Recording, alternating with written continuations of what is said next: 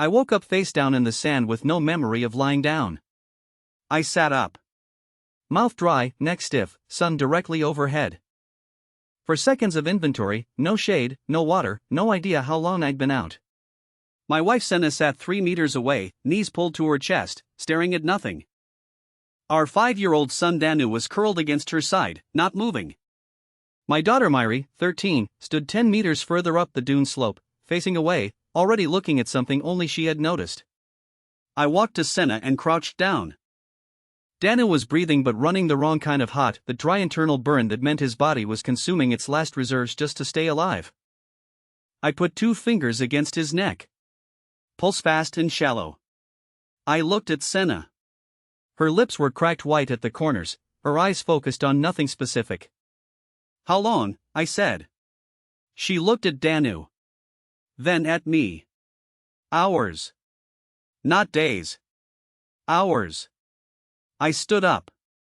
We had been walking toward the city of Asta for weeks, the last safe settlement southeast of the dead zone, according to the man at the final waypoint before the waypoint ran dry and its people scattered. 3 or 4 days of travel with full water skins and enough food. We had empty skins and nothing left in the food pack since yesterday morning. The math was not complicated. Asta was not an option anymore. The next few hours were the only option, and right now the next few hours looked empty. I started moving along the dune. Myri had found a cactus. It was squat and old, listing east, its surface a dull gray-green. Shoulder height, thick at the base, that thickness meant stored moisture, years of slow accumulation. She was studying it with her hands behind her back, not touching it, just looking the way she looked at everything she decided mattered. There are more in the hollow below, she said without turning. 15, maybe 20. Some of them are very old. I had a knife. Rust along the spine, the leather grip worn to almost nothing. I had kept it through the worst of the walking when we had thrown away everything else that wasn't strictly necessary, and at the time I wasn't sure why. I pulled it out now, felt the familiar weight of it, and cut into the base of the cactus. Pale greenish fluid welled out along the cut. Thick, slightly viscous, the smell of it sharp and vegetal and not entirely pleasant. I put a finger to the cut and touched the fluid to my tongue. Bitter. Intensely bitter, with a chemical edge that made my throat tighten in a way that suggested the body knew something my brain was still calculating. Raw cactus juice in this quantity would make us sick. Sick in the desert with no water and no shelter was the same as dead, just slower. That was when the system activated. No sound. No light. A shift in the quality of my attention, like a door opening in the back of my mind into a room that had always been there but that I had never been able to find before. Text appeared, not in front of my eyes exactly, more behind them, in the space where I processed language. A script I understood without having learned it. Diagrams. Measurement notations. Technical language that felt very old and very precise, like reading instructions written by someone who had been dead for 1,000 years and had been very good at their job. Archive node, active current status, degraded 87 out of 100 energy units remaining query detected, unknown plant fluid arid zone cactus variant warning, retrieved protocol dates from period 3, lower valley settlements. Ambient humidity at time of documentation, 12 to 15% higher than current sensor readings. Operator should calibrate output expectations downward accordingly. Initiating partial protocol output, cactus fluid processing, field conditions. I read fast. It was not magic. That was the first thing I understood. It was an engineering document, precise, practical, written by someone who had solved this specific problem under field conditions and had recorded exactly what they did. Layered filtration. The fluid passed through multiple substrates in sequence, coarse sand first to remove particulate matter, then a charcoal layer to strip the bitter alkaloid compounds that caused the toxic response, then fine cloth to catch what the other layers missed. Multiple passes, not one. Gravity and time doing the actual work. Output would not be clean water. Output would be sufficiently processed plant fluid that the body could tolerate in small amounts without systemic reaction. I looked for charcoal. No trees. No wood. Nothing in the immediate area that could become charcoal in the next 10 minutes. I directed my attention back to the system. It offered a secondary pathway without being asked, older, less efficient, a field substitution noted in what it described as emergency conditions. The dried fibrous outer skin of the cactus itself, stripped away and partially charred over any heat source, could function as a partial charcoal substitute. The output quality would be lower. The protocol noted this without apology. It was what the conditions allowed. I looked at the cactus. I looked at my knife. "Myri," I said, "I need you to find me the driest dead material you can, old cactus skin, dried fiber, anything that will hold a flame. And I need it now." She was already moving before I finished the sentence. I called back to Senna, "Bring Danu here. Stay in whatever shade you can find." I heard her moving. I started building the first filter. The substrate container was the clay bottle Senna had been carrying, the only vessel we had. I packed the bottom third with the finest sand I could find, the kind that had been sitting in the shadow of the cactus and had a different texture than the open dune material. The system, when I checked it, confirmed that shadow sand had lower mineral contamination from surface evaporation. A small detail. I took every small detail I could get. I tore a strip from the inside lining of my jacket, the softer weave, closer to cloth than canvas, and layered it above the sand. Then I waited for Myri. She came back in 4 minutes with an armload of dried cactus skin, old and brittle, and 3 sections of what looked like mummified root fiber. I charred the skin sections over my lighter until they were black throughout but not fully combusted. The smell was acrid and wrong. I packed the charred material above the cloth layer, added another thin sand layer on top, and poured the first small measure of raw cactus fluid through. It came out still bitter. Still cloudy. Still wrong. I tasted it carefully. The bitterness had dropped maybe 20%. Not enough. The system had warned me about the humidity differential and I had understood the warning intellectually, but understanding a warning and knowing what to do about it were different things. The substitute charcoal was doing perhaps half the work that real charcoal would have done, and at that rate the output was still in the range that could cause a toxic response in a dehydrated body with no reserves to fight it. Danu did not have reserves. I looked at the system's energy counter. 83 units remaining after the initial query cost. I had no idea what 83 units meant in practical terms, whether it was enough for a week of problems or whether I was 3 questions away from running silent. I had been spending it without knowing the price, and now I was aware of the cost in a way I hadn't been before. I made the decision and asked, what is the minimum viable output quality for consumption in a severely dehydrated child, and what adjustment to current field conditions would achieve it? Energy consumed, 3 units remaining, 80 response, minimum viable threshold, bitterness indicator below strong reactive response. Field test, small amount on inner wrist skin. If no reddening within 2 minutes, oral tolerance likely present. Adjustment recommendation, double charcoal layer depth. Reduce flow rate by increasing substrate compression. Add second full pass through rebuilt filter before consumption. Note, current improvised charcoal substitute operating at approximately 55% efficiency versus standard hardwood charcoal. This cannot be fully compensated by technique alone. Accept lower output volume as cost of lower risk. I rebuilt the filter. Doubled the charred layer, compressed it more tightly, rebuilt the sand layer above it. Poured the already processed fluid through again from the top, slower this time, letting gravity work instead of tilting the bottle to speed the flow. The second pass output was different. Still cloudy, but a lighter, more translucent kind of cloudy. I held it up against the sun, the fluid let light through in a way the first pass hadn't. The bitterness when I tasted it was present but no longer aggressive. A background note rather than an assault. I put a small amount on my inner wrist. Watched it. 2 minutes. No reddening. I gave Danu the first portion, no more than a mouthful. I watched his face. He swallowed. His expression registered the bitterness, but he didn't pull back, didn't gag, didn't show the full body flinch response that would have told me his system was rejecting it. We waited 30 minutes. He didn't react badly. 30 minutes became 40. His eyes, which had been fixed on nothing, moved. He looked at my face. He didn't say anything, but he looked, and looking meant the brain was receiving signals and processing them and deciding they were worth responding to. Senna drank. I drank last. It wasn't relief. It was a postponement, a narrow conditional window that would close in 6 to 10 hours unless I used those hours correctly.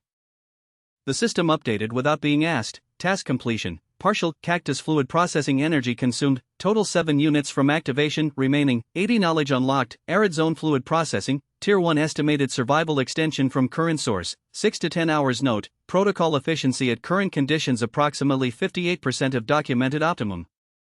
Primary limiting factor, charcoal substitute quality. Secondary factor, humidity differential from period 3 baseline. Then, unprompted, one additional entry, passive terrain scan, surface feature analysis, elevated probability of extended plant field 800, 1000 m northeast. Terrain depression consistent with historical subsurface moisture channel, lower valley survey records. Structural anomaly also detected, northeast quadrant. Geometric regularity inconsistent with natural formation. Classification, unknown. Recommend investigation when resources permit. Note, this analysis based on period 3 survey data. Modern surface conditions may differ significantly. I looked northeast. Sand, heat shimmer, a low ridge in the middle distance. Nothing visible that matched geometric regularity. But the system had been right about the shadow sand and right about the second pass and right about the wrist test, even when its baseline data was running 58% efficient against current conditions. I looked at Danu. He had closed his eyes again, but his breathing had changed, slower, more deliberate, less emergency and more rest. Myri was sitting cross-legged next to him, not talking, just present. Senna was watching me with the question she didn't have energy to ask out loud. There's more ahead, I said. A larger field. And something else, I don't know what yet. But we need to move before the window closes. She didn't ask how I knew. She started getting up. I took one more look at the cactus with the cut in its base, the improvised filter, the small clay bottle with its residue of cloudy processed fluid. 7 units of an 87-unit archive of unknown age, spent on one family's first hour of survival. I had no idea what this system was, where it came from, or why it had activated now. What I knew was that it had not saved us. It had given me something old and partial and calibrated for a world that no longer existed, and I had made it work badly enough to buy 6 to 10 hours. That was going to have to be enough to start. I picked up the bottle and the knife and followed my family northeast. The field Myri had seen from the dune was real. 800 meters northeast, the terrain dropped into a shallow depression maybe 16 meters across, and in that depression the cactus plants grew old and dense, their roots tapping whatever thin subsurface moisture had been collecting there across decades or centuries. The largest plants were taller than me and twice my width at the base.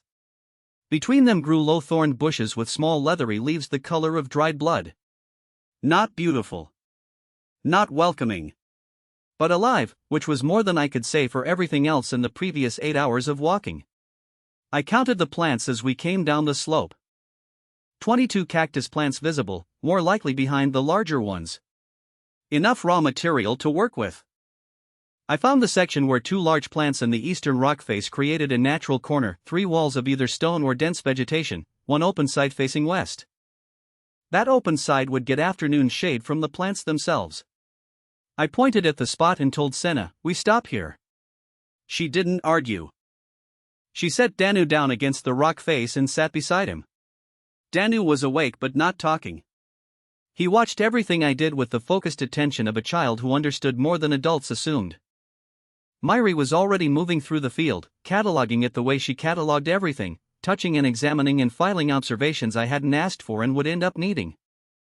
I pulled the system up and asked one direct question: shelter construction, arid zone, available materials, cactus stems, thorn scrub branches, 2 meters of fabric, 1 knife. I watched the energy counter. 3 units. Remaining, 77. The response was a basic lean-to schematic, angled at 15 degrees to deflect afternoon sun, using the longer dried cactus arms as the primary structural members and the thorn scrub branches woven between them as fill. The fabric stretched across the top surface. Stakes cut from the hardest available wood driven into compacted sand at the base. It was a period 3 field shelter design, the system noted, developed for conditions with available green timber.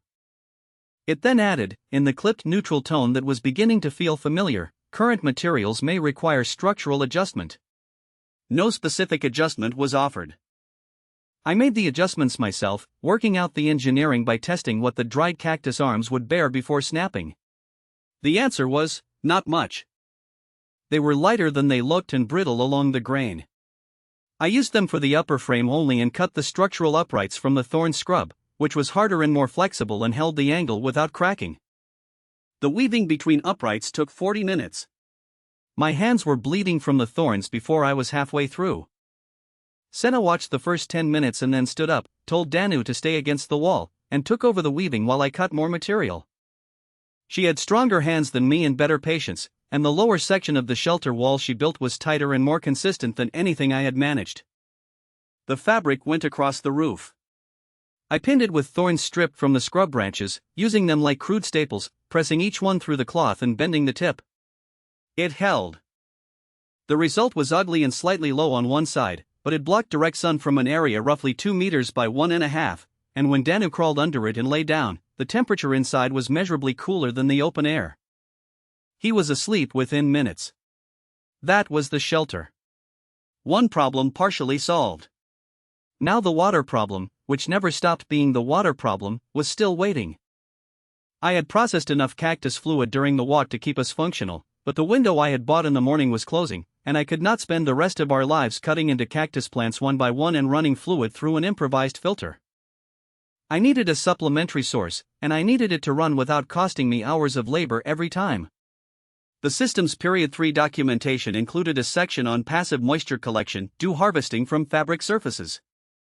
The principle was physical. Desert air contained low but non-zero moisture, and when surface temperature dropped below the dew point at night, that moisture condensed. A fabric surface angled correctly and positioned to maximize temperature differential between the surface and the air would collect condensation that ran along the angle to a collection point at the lower edge. I read the yield figures. 30 to 50 milliliters per square meter of fabric surface per night, under the humidity conditions of the lower valley settlements in Period 3. I looked at the system's now habitual humidity warning, current ambient moisture significantly lower than Period 3 baseline. Expected real-world yield, estimates 60 to 70% of documented figures. I did the math. We had approximately 2 square meters of usable fabric after the shelter roof took its share, counting Senna's shirt which she had reclaimed but would contribute in the night hours. At 70% of the lower estimate, 42 milliliters total. For 4 people. That was approximately 1 tablespoon each. I sat with that number for a moment and then set up the collection surface anyway, because 42 milliliters was 42 milliliters we wouldn't have to extract from a cactus, and compounding small advantages was the only economics I had available. I angled the remaining fabric at 15 degrees against the lower scrub branches, weighted the upper edge with stones to hold the surface taut, and positioned the clay bottle at the low point to catch the run. The next problem was food. Water kept the body alive in the short term, but without calories the body began consuming muscle, and once that process started in a child already as depleted as Danu, the window shortened faster than dehydration alone would close it. I asked the system about edible components of the cactus plants present. 2 units. Remaining, 75. The response was detailed and came with the standard caveat. In Period 3, the pads of this cactus variant, properly prepared, were a documented food source. Preparation required removal of all spines, scoring the surface, and either drying for several hours in direct sun or heating over flame to break down the mucilaginous compounds that caused intestinal distress in unprepared consumption. Dried pad sections yielded approximately 40 calories per 100 grams of raw material after moisture loss. The seeds inside mature fruit sections, if present, yielded more. I found 2 plants with dried fruit sections at the upper pads, small, dark red, the size of a thumbnail. I cut 6 of them open. The seeds inside were small and white and smelled faintly of something almost sweet. I gave Myri the job of spine removal on 4 of the smaller pads while I worked on processing the seeds, drying them on a flat stone in full sun. Myri was faster at spine removal than I expected. She had found a technique using 2 stones to strip the spine clusters without touching them directly, and she worked through the pads methodically while I watched and thought about the fact that she had worked that out on her own without asking the system or me. When Senna tried a small portion of the dried seed material, she said it was bitter but edible. I gave a slightly larger portion to Danu, who ate it without complaint, which told me either it was genuinely tolerable or he was too hungry to care about tolerable. An hour later, Danu was sick. Not severely, no fever, no vomiting, but cramping that made him draw his knees up and press his face against Senna's side and refuse to talk. I went back to the system and asked what had gone wrong. 2 units. Remaining, 73. The response was flat and informative. The seeds required longer drying than I had allowed, minimum 4 hours in direct sun, not the 90 minutes I had given them. The mucilaginous compounds in the seed casing broke down under extended exposure but not fast. At 90 minutes they were partially broken down, enough to be tolerable for an adult in reasonable condition, not enough for a compromised child. The system had not told me this initially because I had not asked about preparation time specifically. I had asked about edibility. The answer was correct within the scope of the question. I stared at that response for a long moment. The archive knew what it knew from a world that no longer existed, answered exactly what it was asked, and assumed the operator understood what questions to ask. It was not going to protect me from my own incomplete questions. Danu's cramping passed in 2 hours. He slept again afterward, longer and heavier, which Senna said was good, the body recovering rather than fighting. She was probably right. She had been practical about things like this in ways I was still catching up to. By evening we had the lean-to shelter functional. For cactus pads drying in the sun for tomorrow's food, the correct 4 hours this time. The collection fabric set for the night. Enough processed cactus fluid for the next morning if we were careful. 6 needles I had cut from the hardest spine clusters, thick enough to push through doubled cloth if I made a hole first with the knife tip. 12 meters of rough fiber stripped from the inner layer of an old dried cactus arm, twisted into cord that would not survive heavy use but would survive light use. I laid the needles and the cord out on a flat stone and looked at them. They were ridiculous. They were also the beginning of something. I had spent the whole day making decisions that each produced a small gain and required another decision immediately after. The shelter required the fabric, which required Senna's help, which revealed that she was better at weaving than me. The food attempt failed and produced a sick child and a corrected protocol for tomorrow. The dew collection was set up and would produce less than promised, and I would recalibrate the math in the morning. Nothing had been solved completely. Everything had moved slightly forward. That was survival. I was beginning to understand, not a series of solutions but a series of incremental positions, each one slightly less fatal than the last, each one creating the conditions for the next small step. It was slower and more exhausting than I had expected, and there was no moment where the pressure lifted. Myri came back to camp as the sun was dropping, carrying something in her cupped hands. She set it carefully on the flat stone beside my needles. It was a fragment of stone, worked, not natural, the edge too straight to be geological. Gray-white, palm-sized, with a shallow carved line along one face. And at the center of that line, a symbol. I recognized it before I had time to think about recognizing it. It was the same mark I had seen on the buried stone at the first hollow. The same mark that appeared in the upper margin of the system's interface. Myri looked at me. "There are more," she said. "In the sand, about 200 meters south. Lines of cut stone, most of them buried. And a broken pillar, this piece came from the top of it." I turned the fragment over in my hands. The system activated without a query, architectural fragment identified. Classification, Lower Valley Infrastructure, Water Distribution Network. Marker type, Secondary Node Indicator. Note, presence of multiple markers suggests network density higher than single node hypothesis. Recommends systematic survey when resources permit. Energy consumed, 1 unit passive scan remaining, 72. I looked at the fragment. I looked at the direction Myri had come from. 200 meters south, cut stone lines in the sand, a broken pillar. Whatever this network had been, we were not sitting at the edge of it. We were sitting inside it till I left camp at dawn, when the sun was still low enough to throw long shadows across the sand and the temperature was something a person could think clearly in. Senna was awake when I went. She watched me pick up the knife and the stone fragment Myri had brought back and didn't say anything until I was at the edge of the camp perimeter. "How long?" she said. The same two words from the day before, but this time they meant something different. Not hours until death. Hours until you come back. Before midday, I said. I'll follow the stone line south. She looked at me the way she looked at decisions she had already calculated and found acceptable but not comfortable. Then she turned back to the dew collection fabric, checking the clay bottle at the lower edge, tilting it to see how much had gathered overnight. I already knew what she would find. I had checked at first light. 31 milliliters. The system had estimated 42 at 70% efficiency. The real world had come in at 62% of the documented baseline. Another downward adjustment to file. I walked south. Myri had said 200 meters. It was closer to 250, but she had been estimating in fading light, so the discrepancy was mine to own for not accounting for that. The stone lines emerged from the sand gradually, first one edge of cut stone visible above the surface, the kind of right angle that did not happen in nature, then a second line running parallel to the first at a spacing of approximately 1 meter. I crouched and brushed sand from the nearest edge with my palm. The stone was a dense pale gray, finer grained than the rock outcroppings in the hollow, which meant it had been quarried and transported rather than cut from local material. The surface had been dressed smooth on the top face, left rough on the sides where it would sit against adjacent stones. Whoever had built this had known what they were doing and had done it at scale. I followed the parallel lines south and they widened.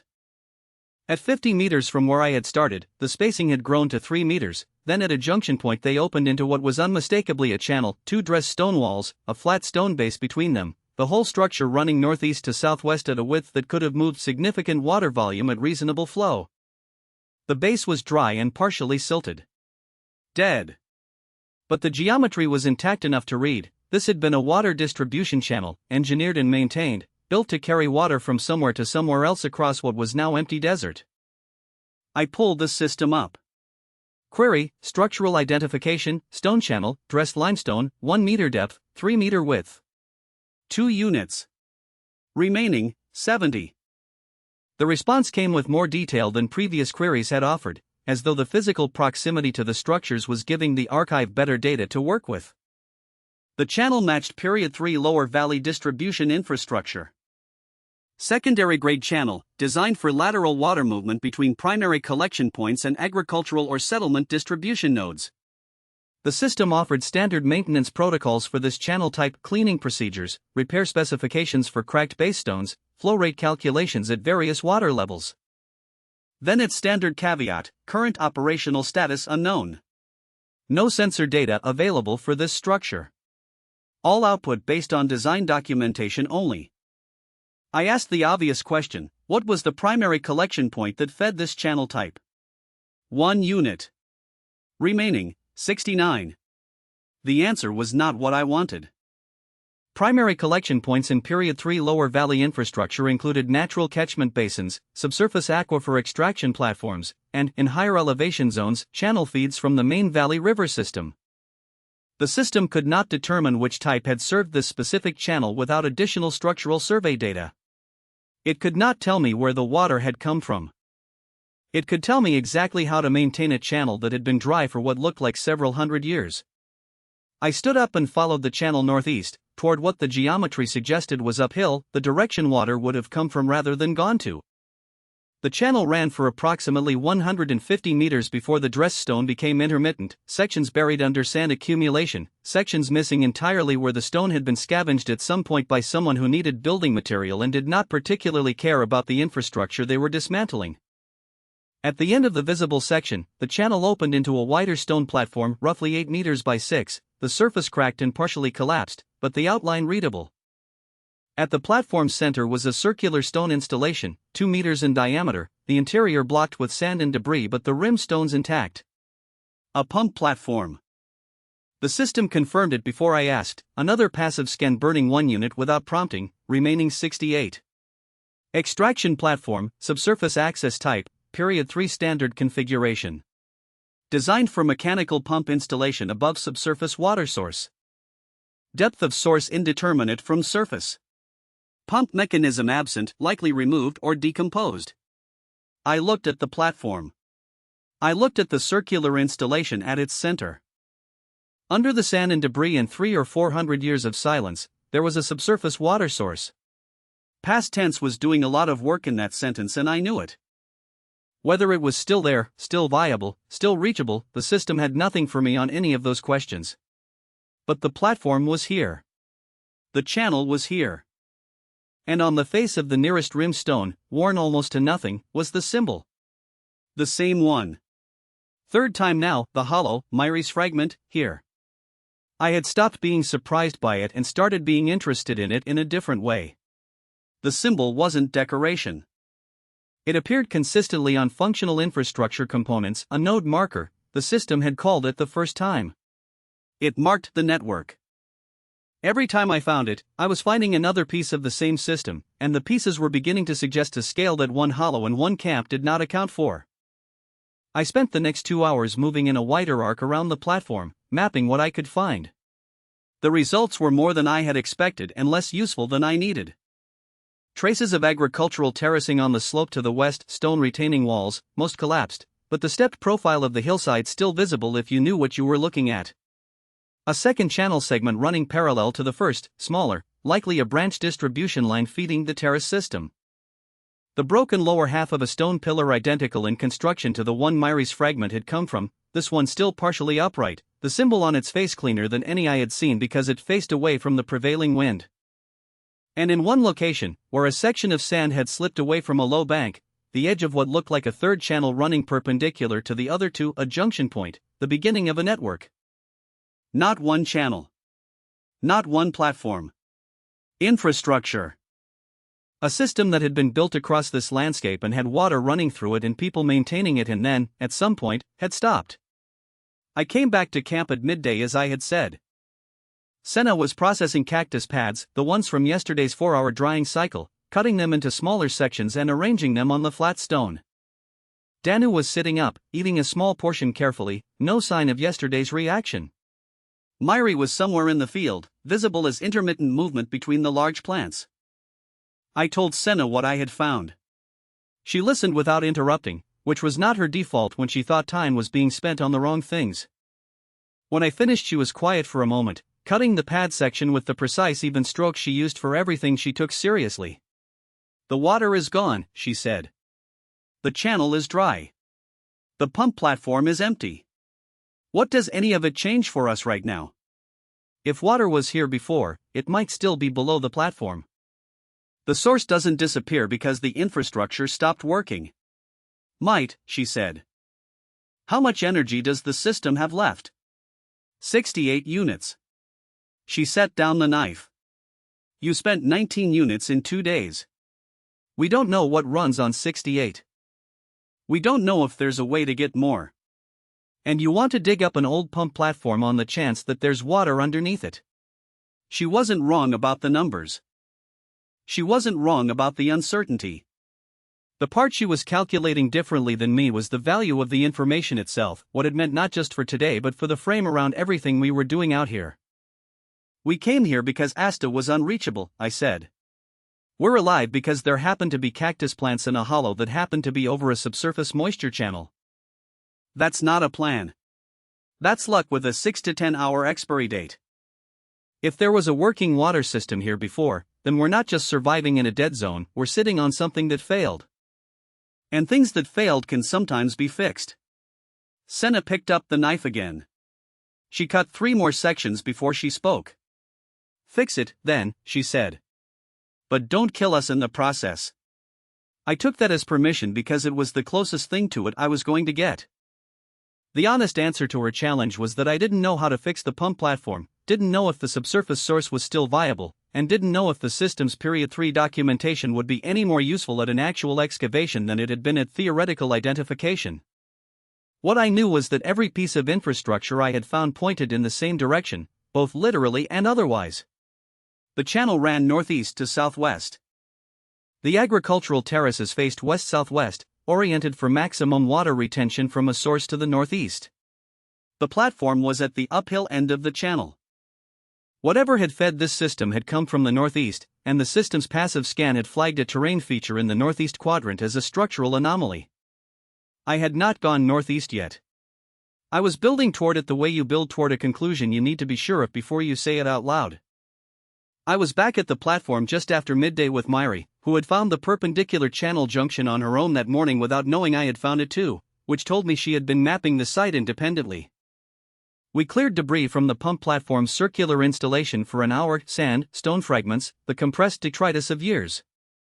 At 1 meter depth the debris changed character: less sand, more organic material, things that had decomposed into an indeterminate dark layer. Below that, the stone lining of the shaft was intact. I dropped a small stone into the opening and listened. It hit something solid approximately 4 meters down. Dry. Not water, packed earth or debris fill. The system offered nothing useful when I queried it, confirming only that shaft obstruction was a common maintenance issue in Period 3 extraction platforms and that standard procedure involved systematic excavation from the top. Estimated labor for full clearance, significant. No further detail available. I sat on the rim of the platform and looked at the shaft and thought about significant labor with 3 adults, one of whom was still not at full capacity, and 1 child who was alive but not surplus.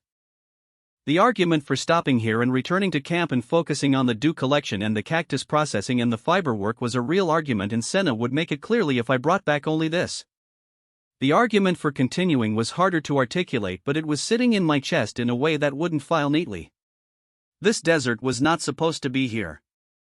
That was what the channel and the platform and the terraces and the symbol repeated across 4 separate locations were telling me. Someone had built infrastructure here because this was a place worth building infrastructure, which meant this was a place that had water and soil and enough stability to justify the investment of cut stone and engineered channels and maintained pump platforms. The desert was not the original condition. It was a result. Something had happened. I did not know what yet. But I was standing inside the physical evidence that this landscape had been alive, and that information changed what surviving here meant. It meant we were not simply enduring a hostile environment. We were living inside a failure that might have a cause, and causes sometimes had solutions. I was still sitting on the platform rim when Myri touched my arm and pointed east. A figure was moving along the base of the dune slope, slow, stumbling, covering ground with the specific gait of someone who had been walking too long on too little. Coming toward the camp. Not toward the platform, they hadn't seen us. Toward the shelter, the lean-to, the small signs of habitation that were apparently visible enough from the dune that a person coming from the east had altered their course toward them. I stood up. Get back to camp, I told Myri. Now, ahead of me. She went. I took one last look at the shaft in the platform, at the symbol on the rim stone, at the channel running away to the southwest through dead sand. Then I followed my daughter back toward whatever was walking out of the desert toward us. The man's name was Jarin, and he had been walking for 2 days. He was from a settlement called Mirage, 3 hours east on foot when a person had water in full legs, which Jarin did not. He had left Mirage with 1 skin of water and instructions from the village council to find anything, a new plant source, a rock seepage, a buried channel, anything, within a 2-day radius. He had found nothing until he crested the dune above our hollow and saw the lean-to. He stood at the edge of the camp for a long moment before I reached him, and the expression on his face was not relief. It was the specific confusion of a man whose map of the world has just been revised without his permission.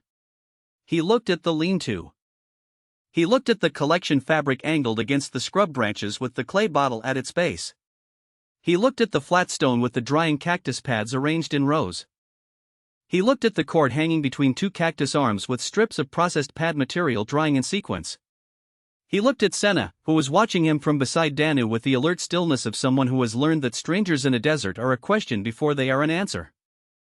This was empty ground 4 days ago, Jarin said. Not an accusation. A statement of a fact he was struggling to integrate. We arrived 5 days ago, I said. Sit down. You can have water. He sat.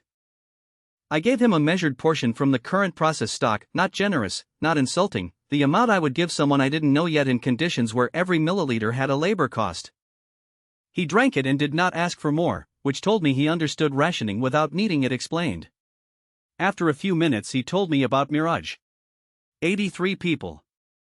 One well, sinking, the water level had dropped 4 handspans in the past 6 weeks, which was faster than any drop in living memory. A second well that had gone dry 2 months ago and had not recovered. The nearest outside water source was a trade caravan route 3 days west, and the caravans had become irregular because the route itself was drying out and traders were shifting north to safer paths. The village had grain stores for approximately 3 more weeks at reduced rations. After the grain, they had the well, and after the well they had nothing. He said all of this without particular emotion, the way people describe a situation they have already finished grieving and are now simply managing. Then he looked at my collection fabric and said, "How much does that produce?" "Not enough on its own," I said. "It supplements the cactus processing. The system together produces enough for 4 people to function and build on." "What system?" I explained it in practical terms: the filtration method, the dew collection, the cactus pad preparation, the fiber work. I did not mention the archive. I described the outputs and the labor costs and the yield figures and the failure rates, the same way I would have explained it to myself. Jorin listened carefully. When I finished, he was quiet for a moment. "Then, we have clay vessels. Grain. 2 goats still producing. Fabric in stock. Tools, real ones, iron, not the cut stone improvising you're doing." He looked at my spine needle on the flat stone. "What you know, we can use. What we have, you need." That seems like a conversation worth having. I looked at Senna. She was already calculating. I could see it in the set of her jaw, running the numbers on what we needed versus what we had versus what 83 people with tools and goats and clay vessels represented as a resource base. She gave me the slight nod that meant, "This is worth pursuing, be careful how you pursue it." I went to Mirage the following morning with Jorin, leaving Senna and Myri and Danu at the camp. Leaving the camp felt wrong in a specific physical way, like setting down something fragile on an uneven surface. But the camp could produce water and food for 3 people for several days without my direct labor now. Senna had learned every step of the processing cycle, and Myri could run the collection and drying sequences without supervision. The 3 hours to Mirage felt longer than they were. The terrain between the hollow and the village was flatter and more exposed, the kind of walking that showed you how large the emptiness was. Jorin talked during the walk about the village, about the people, about the history of the well that was failing. He had grown up in Mirage. He knew everyone. He told me this the way people tell you something as a warning dressed as information: "These are my people, be careful with them." Mirage was visible from half a kilometer as a low cluster of pale structures against the flat. As we got closer, the details resolved: mud brick walls, most of them intact but some showing the stress fractures of structures that had been maintained on a declining resource base for too long. A central well with a rope and bucket arrangement. And around the well, even at midday, even in full sun, a cluster of people waiting. Not gathered socially. Waiting their turn. The line for the well was 12 people long. At the front of it, a woman with 2 clay vessels was arguing in a low, tense voice with the man managing the rope, and the argument had the texture of something that had been happening in variations for weeks. I watched Jorin's face as we walked in. He was watching the well line. He had left 2 days ago hoping to find something, and he had found something, and now he was home and the well line was still 12 people long, and he was carrying hope that had not yet converted into water.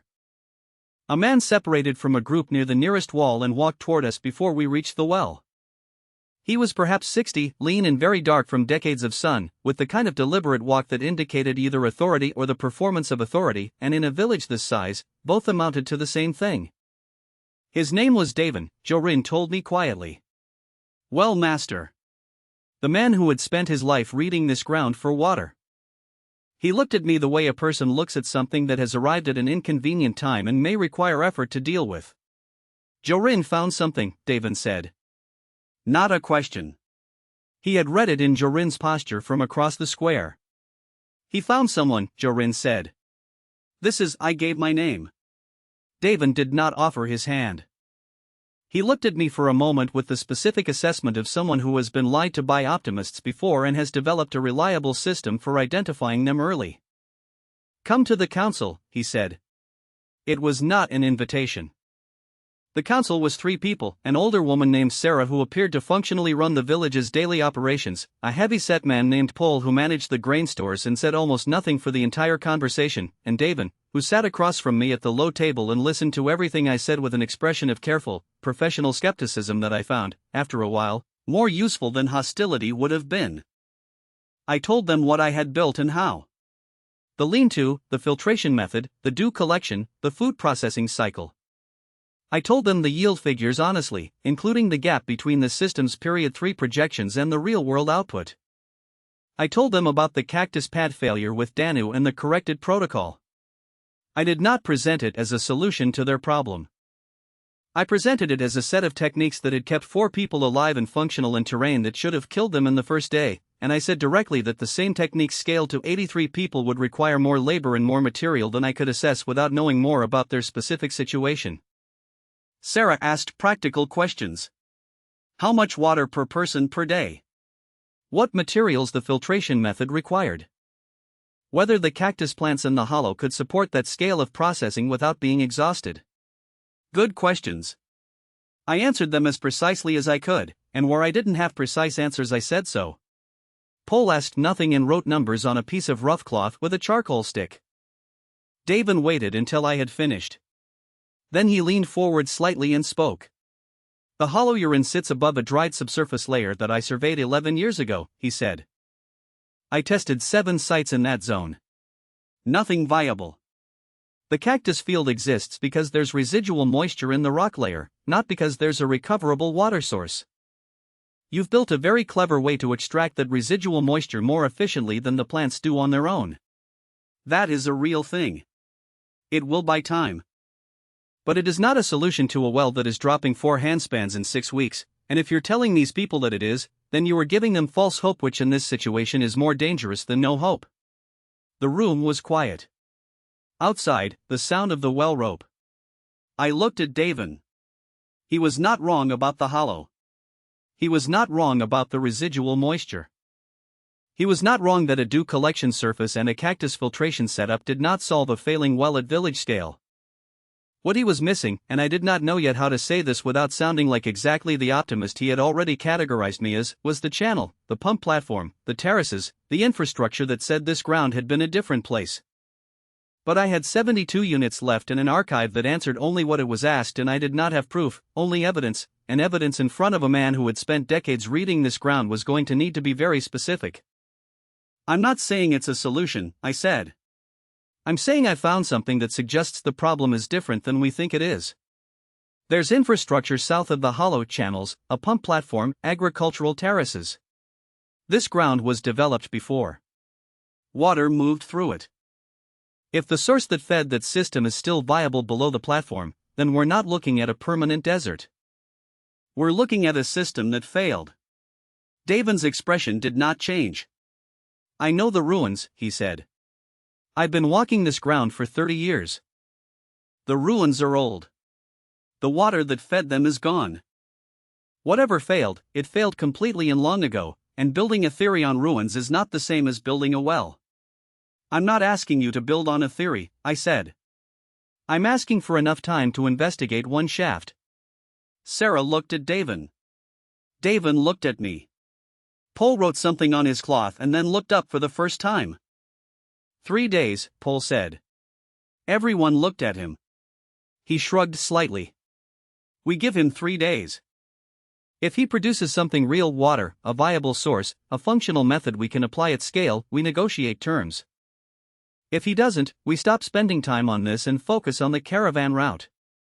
Sarah said, what do we offer in the meantime? I said, clay vessels. 2 or 3. And someone who can show me the grain store situation so I know what we're actually working with. Davin said nothing for a moment. Then, 3 days. I'll be watching what you do, not what you say. And if you tell anyone in this village that you're going to fix the water before you have fixed the water, our conversation ends. I said, agreed. We traded that afternoon 3 clay vessels and a measure of grain for 2 days of my processing knowledge, demonstrated in the square while Jarin translated my instructions to the small group that had gathered to watch. Not everyone watched. Some people looked and walked away. Some people listened from a distance with the body language of people who want to hear something but have learned to protect themselves from wanting it too much. Davin stood at the edge of the square and watched me the entire time without expression. I walked back to the hollow in the late afternoon with the clay vessels under one arm and the grain measure under the other, and the knowledge that I had 3 days and a wellmaster who had already written a category for me and filed me in it, and an archive that could not tell me whether the shaft below the pump platform still held anything, and a family that was the reason I had accepted 3 days instead of asking for more. 3 days. I needed the shaft to not be empty. I needed the archive to have something useful left in it when I got to the bottom. I needed Davin to be wrong about one specific thing, which was the only thing he was certain he was right about. The first morning of the 3-day window, I was back at the pump platform before dawn with 2 of the clay vessels from Mirage and a plan that I had revised 3 times during the night because each revision revealed a problem the previous version had not accounted for. The shaft needed clearing. That was the central task, and I could not do it alone at the speed that 3 days demanded. Jarin had come with me, his own decision, not the council's, and he brought a second man named Fan, younger, quiet, who worked without needing explanation and asked questions only when the answer would change what he was about to do. Those were the best kind of questions, and I told him so, which seemed to surprise him. We cleared the shaft in shifts, working from the top down, pulling debris by hand into the clay vessels and carrying it clear of the platform. The material was loose for the first meter, compacted for the second, then a layer of what had been organic matter and was now an almost geological compressed stratum that required the knife and patience and produced slow progress.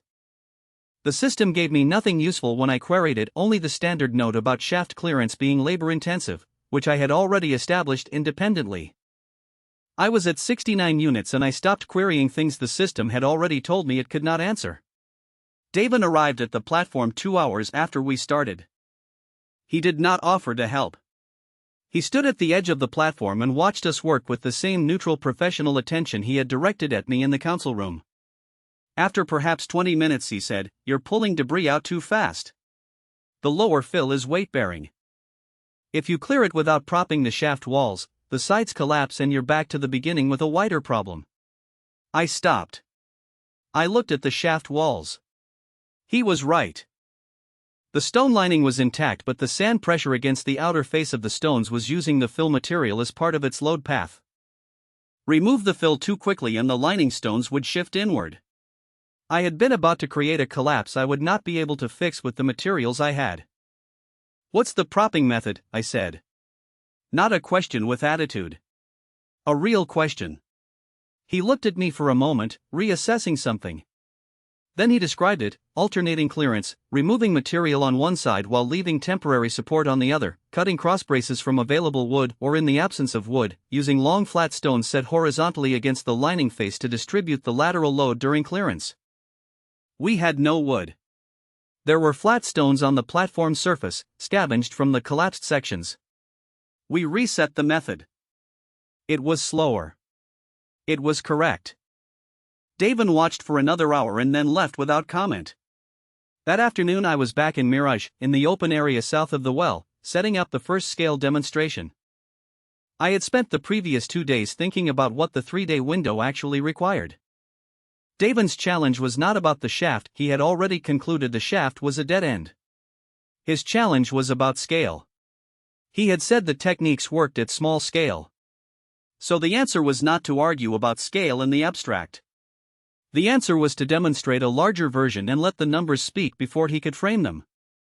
I built 3 collection surfaces instead of 1, each twice the size of the camp version, using fabric from the 2 lengths of cloth Sarah had released from village stores as part of the preliminary trade. I set them at the optimal angle I had recalculated from the first 10 nights of camp data, not the system's period 3 figure, which was too optimistic, but my own observed figure corrected downward for actual conditions.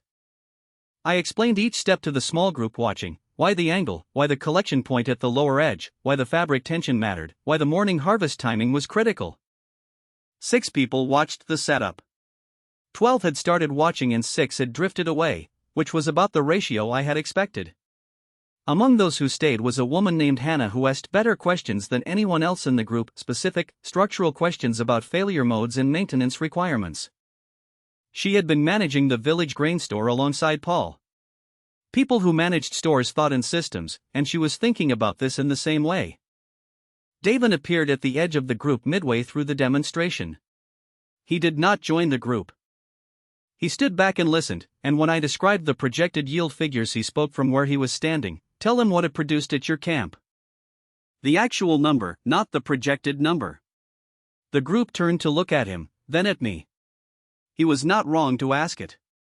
He was making a specific point and he was making it publicly, and it was a point that landed because he had timed it precisely. 31 milliliters per square meter per night, I said. The period 3 documentation projected 42. The real-world yield at this location is running at approximately 62% of the baseline. Someone in the group said, that's less than half what he said it would be. It's less than the old documentation predicted, I said.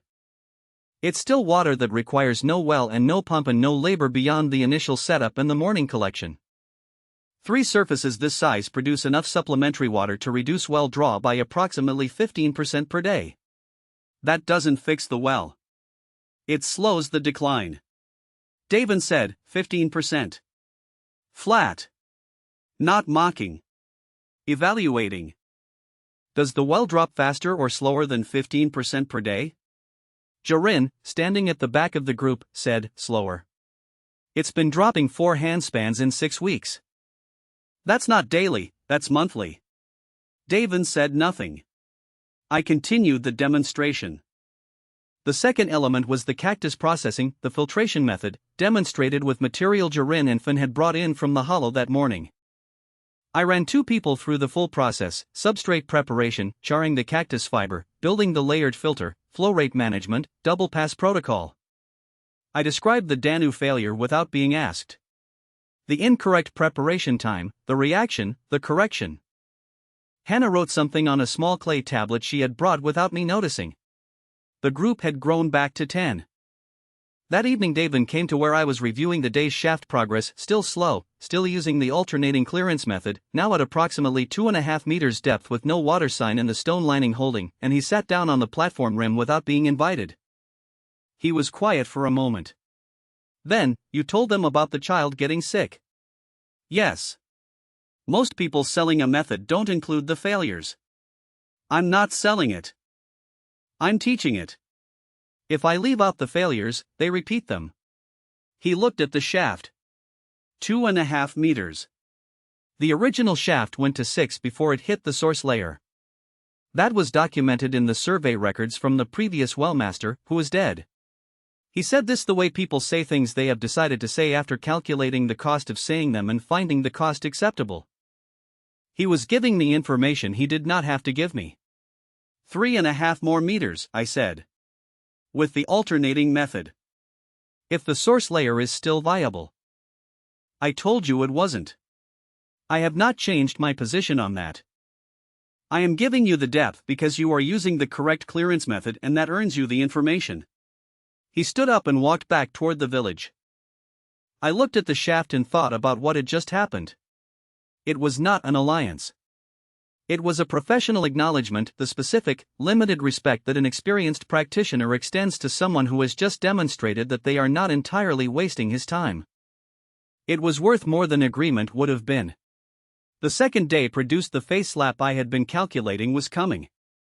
I had set up a primitive evaporator, a shallow clay vessel of salt water collected from a rock seepage fan had found 2 kilometers north, covered with a sloped surface that would condense the evaporated moisture on the underside and run it to a collection edge.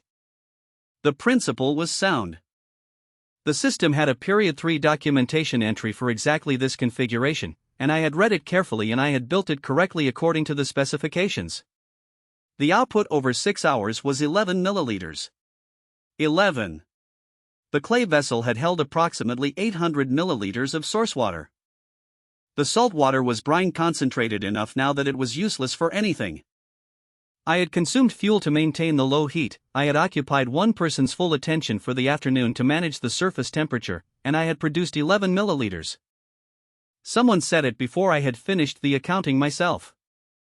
An older man in the group, I did not know his name yet, said, the cactus method produces more than that from the air without a fire.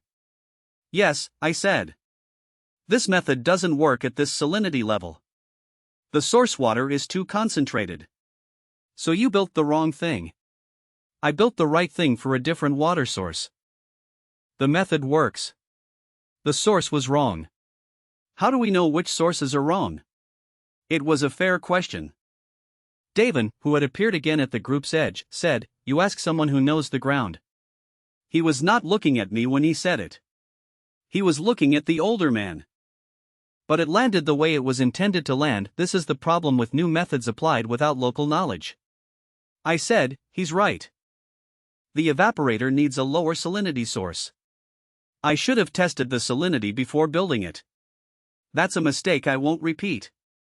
Davin turned and looked at me. He had expected a different response, deflection, or a technical argument, or a restatement of why the method was theoretically sound. He got a direct acknowledgement of a specific error. He looked at me for a moment and then looked away, and something in the set of his shoulders changed by a small amount. The third day the shaft hit water. Not at 6 meters, at 5.5, the bottom debris cleared to reveal damp material, and then at 5 meters 80 the floor of the shaft was wet, and at 5 meters 90 water was seeping through the joint between the floor stones at a slow but continuous rate. Not flow. Seepage. Jarin and Finn were both in the shaft with me, and Jarin made a sound that I did not have a word for, somewhere between a laugh and a physical impact, when the wet floor resolved into active seepage. I collected a sample in the clay vessel. The system confirmed on passive scan, 1 unit, remaining 68. Subsurface source, viable. Mineral content elevated but within period 3 potable range after basic filtration. Flow rate at current seepage, insufficient for village supply at current population. Primary obstruction likely present in source channel upstream of shaft location. I stared at that last line. Insufficient. The flow rate was not a function of the aquifer being exhausted. It was a function of something blocking the source channel. The water was there. It was obstructed. Those were different problems, and the second one had a different solution. I brought the sample to the council that evening in the clay vessel, visible, physical, real. Sarah held it up to the light. Paul weighed it in his hand and looked at Davin. Davin looked at me and said, "Seepage from a partially blocked channel is not a well." "No," I said. "It's the start of a different question. The source is viable. The channel feeding it is blocked. Find the blockage and clear it, and the flow rate increases. That is a significant engineering project." "Yes. You don't have the resources for it." "Not alone. But the trade we discussed covers the preliminary survey. I need tools and 2 working people for 4 days. In exchange, I'll give the village the full processing method, everything, documented, teachable. Do collection, filtration, food processing, storage. Transferable knowledge, not dependence on me." Sarah said, "That's a different offer than 3 days ago." 3 days ago I didn't know the source was viable. Davin said nothing for a long time. The room was quiet in the way rooms are quiet when the thing that is about to be decided is real enough that no one wants to fill the space with smaller words. Then he said, 4 days. I choose the 2 workers. I work the survey with you. Not for me. With me. I said, agreed. Outside, Jarin was waiting. When I came out, he read my face and exhaled. We walked back to the hollow that night under a sky so dense with stars it looked structural, and Jarin talked about Mirage and what it had been before the well started failing, and I listened and thought about tools and grain and working hands and the difference between a camp that kept 4 people alive and a node that connected to something larger. The base was becoming something I had not designed it to be. That was not a problem. That was the next thing. The surplus appeared before I had planned for it, which meant I had not planned correctly. The 4th week at the hollow, after Davin's survey had confirmed the source channel blockage and established a clearance timeline, after Jarin had brought the second load of grain and the iron tools and the 2 workers the council had released, after Senna had reorganized the entire camp layout to accommodate the increased material flow, there was, for the first time, more processed cactus output than 4 people needed to stay functional. Not much more. 3 days of buffer, maybe 4 if we were careful. But buffer was a category that had not previously existed, and the moment it existed it changed the logic of everything. Senna identified it first. She had been keeping a running count since the 2nd day at the hollow, a system of small marks on a flat stone, updated each morning, tracking fluid processed versus fluid consumed versus fluid in reserve. She showed me the stone one evening without comment. The reserve column had 3 marks more than it had the previous week. I looked at it for a moment. "We have enough to trade," I said. "We have enough to trade carefully," she said, which was a different statement and she meant it to be. The first trade was with Mirage and it was simple: 2 clay vessels of filtered water and a week's supply of processed cactus pad sections in exchange for a length of woven cloth, a small iron knife, and 4 ceramic containers with tight-fitting lids. The containers mattered more than anything else in the exchange because they meant storage capacity, which meant the buffer could grow instead of cycling back to zero every week. Sarah from the council handled the Mirage side of the exchange without drama. She understood resource accounting and she did not haggle on the first trade, which told me she was playing a longer game than the immediate numbers. What she was buying was not just water. She was buying a relationship with the source, and she was smart enough to pay a fair price for that on the opening transaction. The second trade was not something I had arranged. A caravan came through 12 days after the first Mirage exchange, 2 men and a loaded animal, moving west on what Jorin told me was a secondary route that roughly paralleled the main caravan road 30 kilometers north. The main road had been drying out for 2 seasons and some traders were probing alternatives. They stopped because they saw the camp from the dune, the same way Jorin had stopped, with the same revised expression when they got close enough to see what the camp actually was. They had dried trade goods, salted meat, wrapped in cloth, the quality uncertain, and they needed water. They paid 3 times what I would have asked, which told me they were frightened and I had not assessed my own position correctly. After they left, I sat with that knowledge and felt uncomfortable about it. I had charged a fair price by my own measure and it had turned out to be far below what the market would bear, which meant I did not yet understand the market I was operating in. Senna said, "You'll understand it faster than you think. You're already learning what it looks like when someone is desperate." She was right and I did not particularly like being right in that direction. The word spread the way things spread in a landscape where people were moving and talking and calculating routes and survival options. Within 3 weeks of the first caravan stop, we had a pattern: Mirage every 4 days, the secondary caravan route producing 2 or 3 stops per week, and 2 smaller settlements, one northeast, one directly south, sending representatives to look at what we had and what we needed. The northeast settlement was called Porak, 11 people, barely surviving on a rock seepage that was producing less each month. The south settlement had no name that its 7 residents agreed on and I privately called it the South Camp because that was accurate and unambiguous. Both of them had things the Hollow needed. Porak had goats and the knowledge of how to keep them alive in these conditions, which was its own complex skill set. The South Camp had clay, good clay, the kind that fired into watertight vessels when heated, and they had the technique to fire it. Clay vessels were the limiting factor on every storage system I was trying to build. I traded them water and processing knowledge for clay and vessel production, and within 2 weeks the South Camp had tripled its vessel output because they were no longer spending 3 hours a day on water acquisition and could spend those hours on the work they were actually good at. That was the moment I understood something structural about what was happening. The Hollow was not becoming a market because I had decided to build one. It was becoming a market because the people around it had specific productive capacities that were being throttled by the water and food problem, and removing that throttle released output that then needed somewhere to go. The market was the natural result of the removal of a constraint. I had not created it. I had created the conditions that allowed it to create itself. Senna had been tracking all of this on an expanded version of her stonemark system, transferred now to a section of flat clay tablet that one of the South Camp people had prepared for her. She showed me the ledger one evening with the same neutral expression she used for all numerical realities, good or bad. "We're producing surplus in 6 categories," she said. Filtered water, processed cactus pad, dried fruit sections, fiber cord, spine needles, and knowledge, meaning the time I spend teaching the processing method to new people, which has a labor cost that I haven't found a good way to account for yet. "Account for it as a capital investment," I said. Teaching someone the method means they stop needing us to produce for them, which frees our capacity for the next problem. She looked at me. "That only works if the next problem produces something we can trade. If we teach everyone everything we know and they stop needing us, what do we have left?" It was the right question and I did not have a complete answer for it yet. What I had was the archive, and the ruins, and the block source channel that David and I had been surveying for 2 weeks, and the growing conviction that the knowledge I had access to was not a fixed stock that would run out when fully distributed. It was a method, a way of reading old knowledge against current conditions and adapting the gap between them. That was harder to steal than a vessel of water. The theft happened in the 3rd week of regular trading. I woke before dawn to find Senna already sitting upright in the shelter, listening. She had heard something. I went out and checked the storage area, the sealed clay vessels in the shaded pit, the processed material on the drying racks, and found 2 of the water vessels gone and one of them broken at the edge of the camp where someone had moved too fast in darkness and had not been careful enough.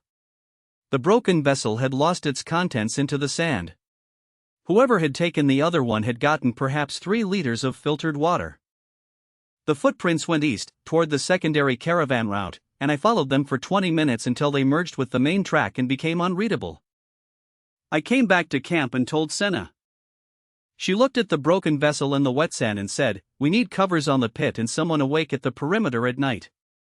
Both of those things cost resources. The covers required material, the night watch required a person's sleep, which was a resource in a population that was already running on reduced margin. The theft had cost 3 liters of water and 1 vessel and would now cost ongoing labor to prevent the next one. That was the math of having something worth stealing. I brought it to the next Mirage exchange and told Sarah directly.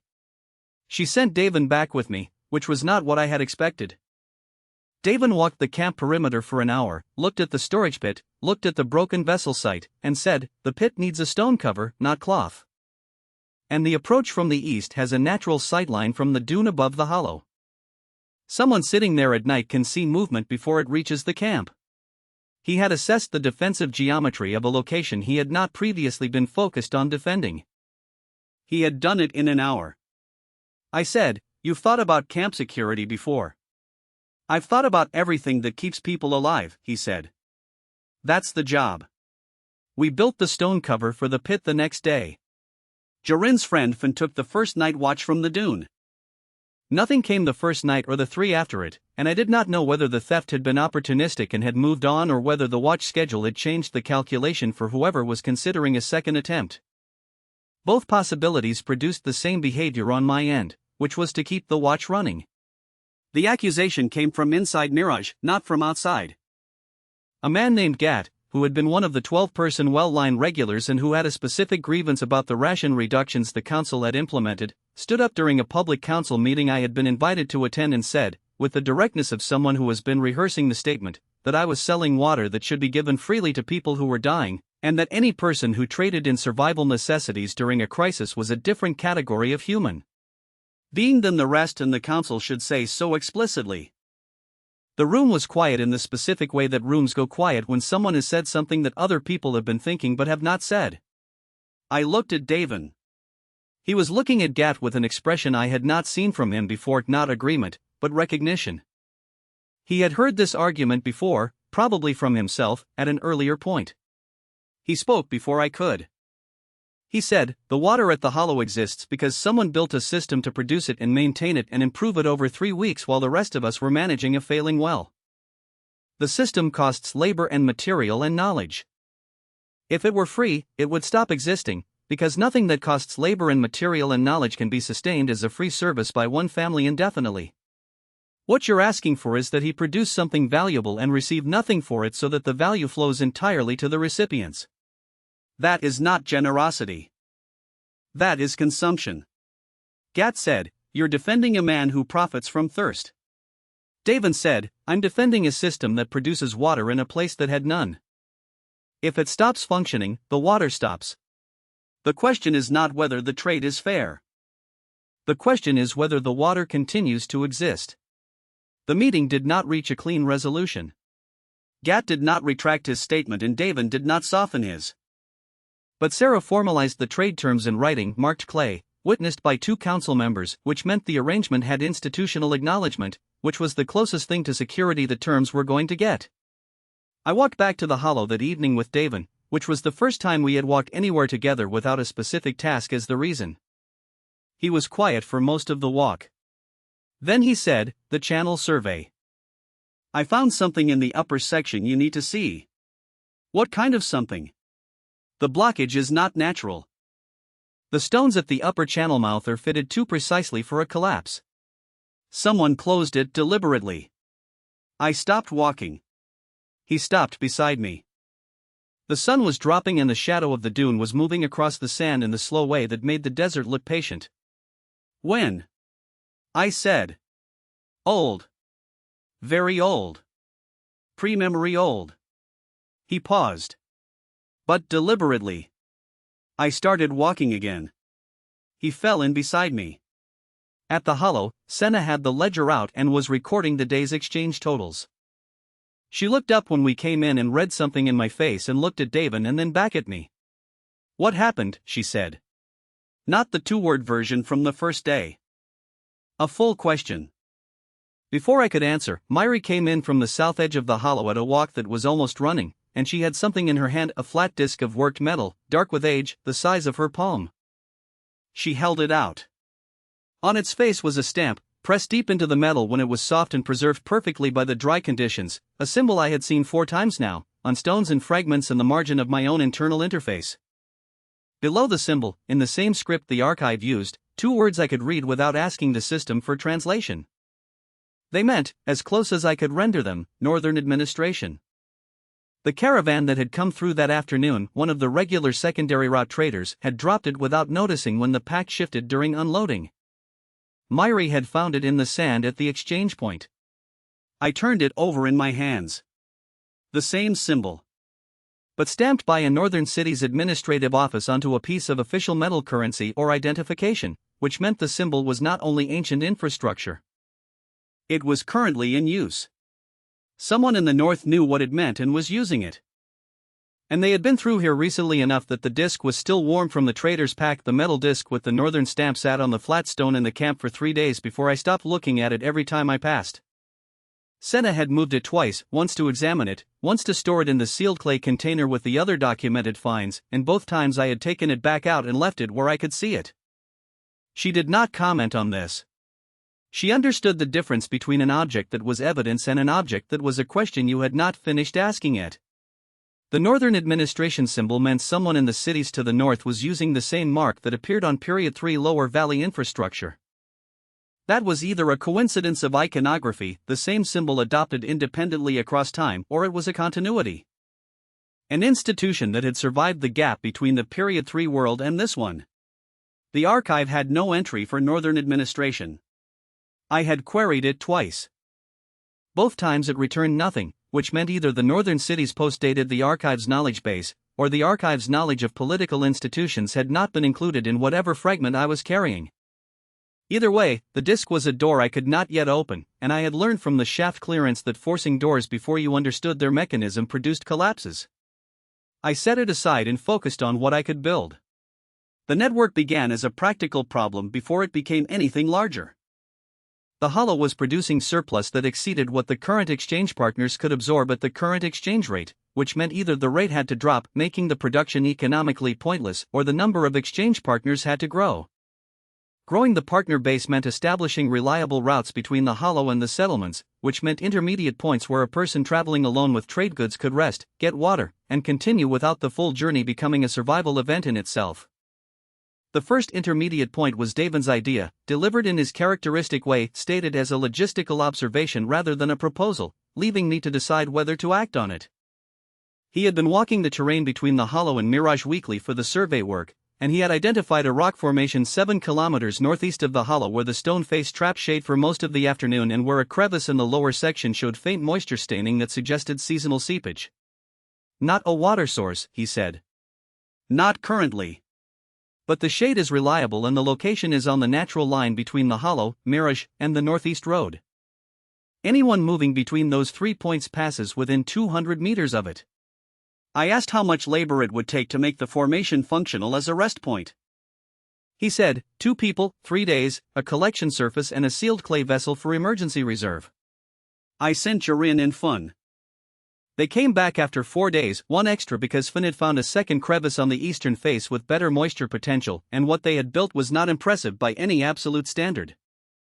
A cloth shade extension from the rock face, a collection surface rigged against the upper stone, a sealed vessel buried in the cool soil at the formation's base with a marked location stone.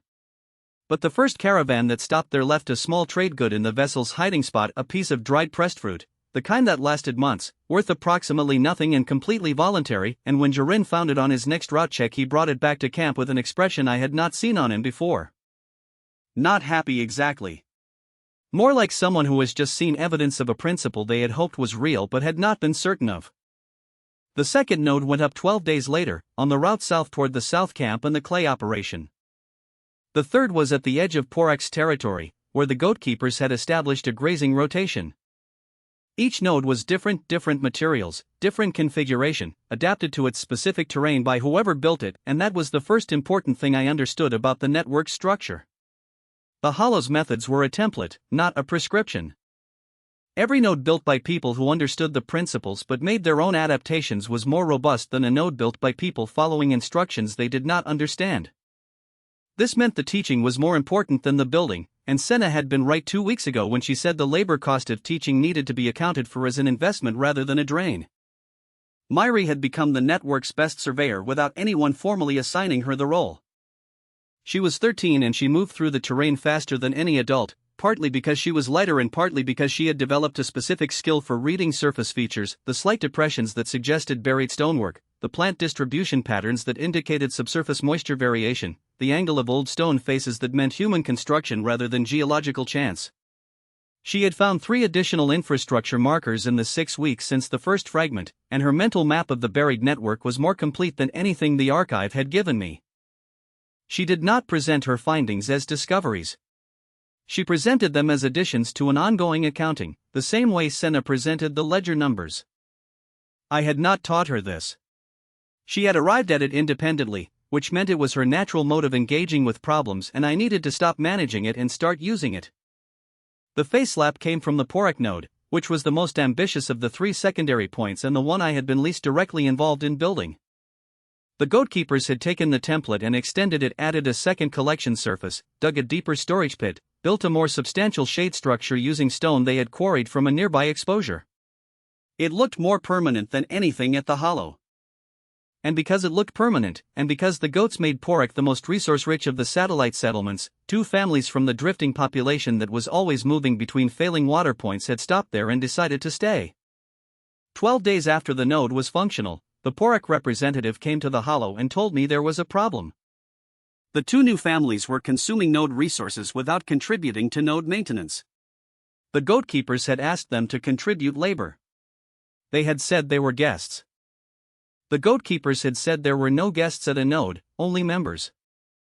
One of the new families had a man named Ruck who had been managing water distribution at a failed settlement 2 days east and who had decided, with the conviction of someone who had been important somewhere and needed to be important somewhere again, that he should be managing the Porek node. He had begun telling people the node worked because of his decisions, not because of the template from the hollow. I went to Porek. I spent 1 day there and did not argue with Ruck directly, which would have made him a martyr in his own narrative. I spent the day demonstrating the maintenance protocol for the collection surface to the goatkeeper's children, in public, in detail, and I explained each step in terms of the physical principles rather than the procedure, why the angle, why the tension, why the morning collection timing. When I finished, the oldest of the goatkeeper children, a girl of perhaps 15, said, "So anyone who learns this can maintain it?" "Yes," I said. "That's the point." Ruck said nothing during the demonstration. He watched from a distance with an expression I recognized, the expression of someone calculating whether the thing happening was a threat to their position or a validation of it, and not yet having resolved the calculation. I left Porek without resolving Ruck one way or the other, because resolving him was not the point. The point was that the goatkeeper's children now understood the maintenance protocol and that knowledge was not removable by anyone's administrative claim over the node. This was when I understood the real answer to the centralization question that had been sitting unresolved since the network started growing. The question had been, centralized control versus autonomous nodes. The real answer was, neither. What made the network robust was not central control and not independence. It was distributed understanding. If every node's population understood the physical principles behind what they were maintaining, then no single failure point, including me, could bring the whole thing down. The archive had given me methods. I had adapted them. Now other people were adapting the adaptations. The archive was becoming less visible not because it was less useful but because its usefulness had transferred. It was inside the people now, not inside me. Davin said something about this on the evening of the 38th day of the network's existence, sitting at the hollow with the ledger and a cup of the processed water that he had stopped commenting on weeks ago and now simply drank. He said, "The well at Mirage dropped another handspan this week." I know. The node water is covering the deficit. People have stopped standing in the well line for the morning draw. He was quiet for a moment. They've stopped thinking of the well as the primary source. Is that a problem? It's a transition, he said. Transitions are dangerous because people believe the new thing is permanent before they have tested it enough to know. What would it take to test it enough? He looked at me. Something going wrong, he said. Something significant. And surviving it. He was describing something he expected to happen, not something he feared might happen. That was the difference between someone who understood systems and someone who only experienced them. I asked him if he knew what the something would be. He said he did not know the form. He knew the pressure. The Northern Administration disk, he said. You have been not talking about it for 3 weeks. That means you have been thinking about it continuously. He was right. The disk meant the symbol was not only history. It was current. And the channel blockage he had found, the one that had been closed deliberately, precisely, with fitted stones, was either a very old act of infrastructure management or it was an act of control. A valve, not a collapse. Those were different things, and the difference had been sitting in the back of my calculations since the day Davin told me about it, not yet resolved into a conclusion I was willing to state. We found the large node 3 days later. Davin and I had been following the upper channel survey northeast, extending the map section each day, moving in the direction the geometry indicated was upstream toward the original source. The terrain had been rising gradually, the buried infrastructure becoming denser and better preserved as we moved away from the area that had been occupied and scavenged by later settlements. At 14 kilometers northeast of the hollow, on a flat plain bounded on 3 sides by low rock ridges, the channel opened into something that stopped both of us at the edge of its survey perimeter. A distribution station. Not a node, not a platform, a full station, the kind that managed flow between multiple channel branches simultaneously. The main structure was a stone building, partially collapsed but the walls standing to shoulder height on 2 sides. Inside, the floor was a complex arrangement of channel mouths, stone-fitted, each with the remnants of a gate mechanism, slots cut precisely to accept fitted stone plates that could be raised or lowered to direct flow between channels. 11 channel mouths, each running in a different direction. 11 branches of the network, radiating from this point. On the main wall of the building's interior, a stone plaque was set into the masonry. It was intact. The carved text covered half the wall in 2 scripts, the Archives Period 3 technical notation, and below it a second script I could not read. The symbol appeared at the top of the plaque, large and formal, clearly the institutional mark of whatever body had built and operated this system. Below the symbol, in the script I could read, Primary Distribution Station, Lower Valley Network. Authorized personnel only. The second script, the one I could not read, covered twice the area of the first. Davin was looking at the gate mechanisms, moving from channel mouth to channel mouth, reading the engineering with his hands the way he read everything. He said, 11 branches. This fed the entire valley system. Every channel we found, they all connect here. And the blockage, I said. The closed channel. He walked to the 3rd channel mouth from the left and crouched. The gate slot was not empty. A fitted stone plate was seated in it, precise and deliberate, closed and sealed with what had once been a clay compound now dry to near stone hardness. He looked at it for a long moment. Then he looked at the other channel mouths. 8 of the 11 had the same sealed gate. Only 3 were open, and 2 of those were the branches that ran roughly northeast, toward where I now understood the northern cities were. 1 branch ran southwest. 1 ran north-northeast. The hollow was southwest. Our water, our network, our people, we were on the one open branch running away from the north. I looked at the plaque. I looked at the sealed gates. I looked at the 2 open channels running toward the north. Davin said, someone closed 8 branches and left 2 open. Both running toward the same direction. He did not say what that meant. He did not need to. The water had not disappeared from the lower valley. It had been redirected. Deliberately. And whoever had done it was using the same institutional symbol that appeared on a metal disc that had come from a northern city's administrative office and arrived in my camp 3 weeks ago inside a trader's pack. The reservoir project had been my idea, and I had been certain about it in the specific way that turns out to be the most dangerous kind of certain, not arrogant, not careless, but quietly confident in a chain of reasoning that had no obvious gap and therefore did not invite the scrutiny it needed. The distribution station had changed the scale of everything. 11 channel branches, 8 of them deliberately sealed, a system that had once moved water across the entire lower valley from a primary source to the northeast. We could not open the sealed gates yet, that required understanding the upstream pressure dynamics, the current state of the source, the condition of each branch channel, but we could do something smaller and immediately useful. We could use the one open southwest branch, our branch, to build a collection point that took advantage of the natural flow gradient the channel had been designed around. The channel was dry. That was not the same as the gradient being gone. The stone-cut channel floor still ran downhill at the angle the original engineers had calculated, and where it ran downhill it could, in principle, carry collected water from the network of nodes and hollow production to a central point rather than leaving stored water distributed across 5 locations that each required separate maintenance and separate security. A central reservoir. One large sealed vessel, stone-lined, fed by the channel gradient, covered against evaporation, capable of holding 3 to 4 weeks of network surplus. Big enough to function as a genuine buffer against drought variation.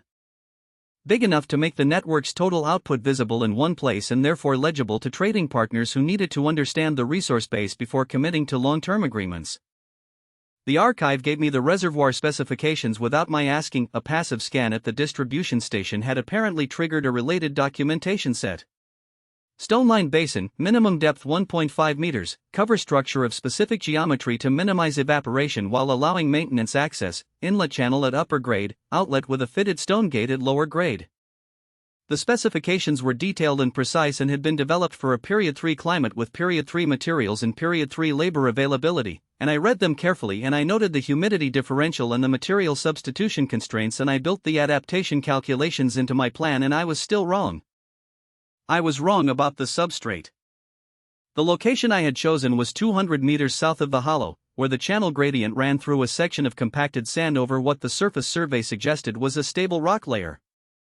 Davin had walked the site with me and had said the surface looked consistent and had also said, in the careful way he said things he was not certain of, that he had not surveyed this specific section in depth and that the rock layer depth was an inference from the surrounding terrain rather than a confirmed measurement. I had heard that. I had logged it as a known uncertainty. I had decided the balance of evidence supported proceeding because we had the labor and the materials and the trading window and the momentum of a network that was working and needed this next piece to move from provisional to permanent. I had been right about the momentum and wrong about the substrate.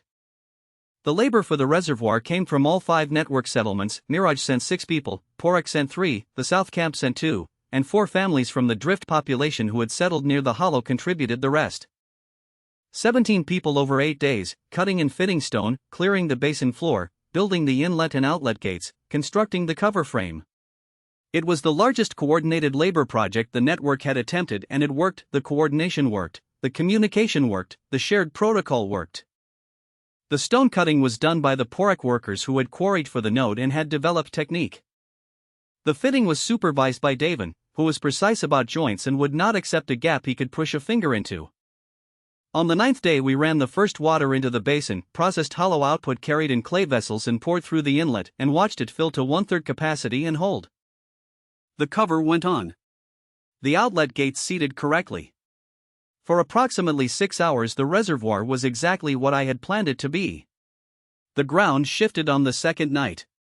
Not dramatically, not a collapse, not a sudden failure. A slow subsidence, the kind that happens when a substrate layer that appeared solid turns out to have voids, and the weight of a stone-lined basin filled with water applies pressure that the void geometry was not distributing correctly. The northeast corner of the basin floor dropped 4 centimeters. The stone lining cracked along the joint line at the corner. The crack was not large, a finger's width at the widest point, but a finger-width crack in a water retention basin is not a finger-width problem. The water found the crack with the patience that water always applies to gaps, and by morning the basin level had dropped by 1/3 and the sand around the northeast corner was wet in a spreading circle that told me exactly how much had gone and where.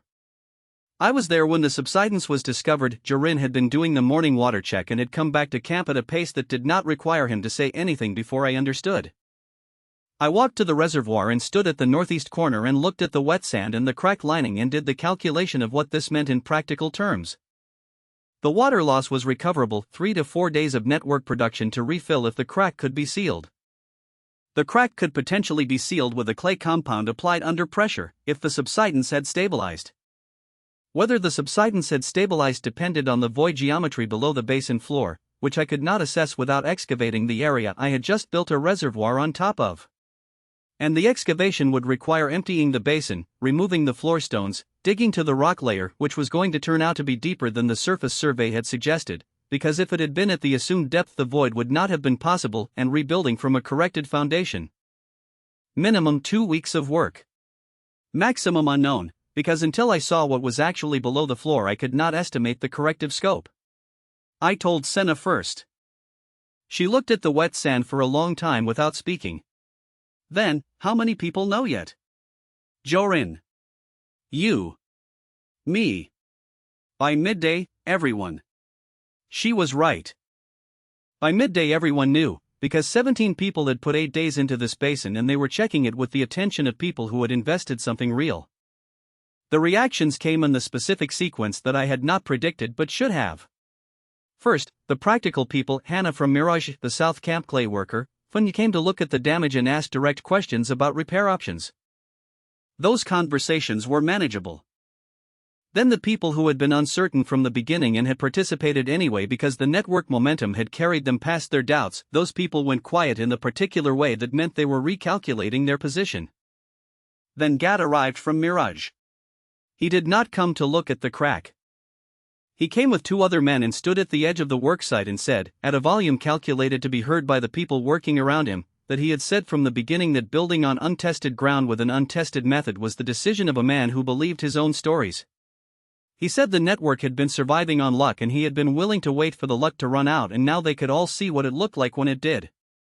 He said his family was leaving for the Northern Road.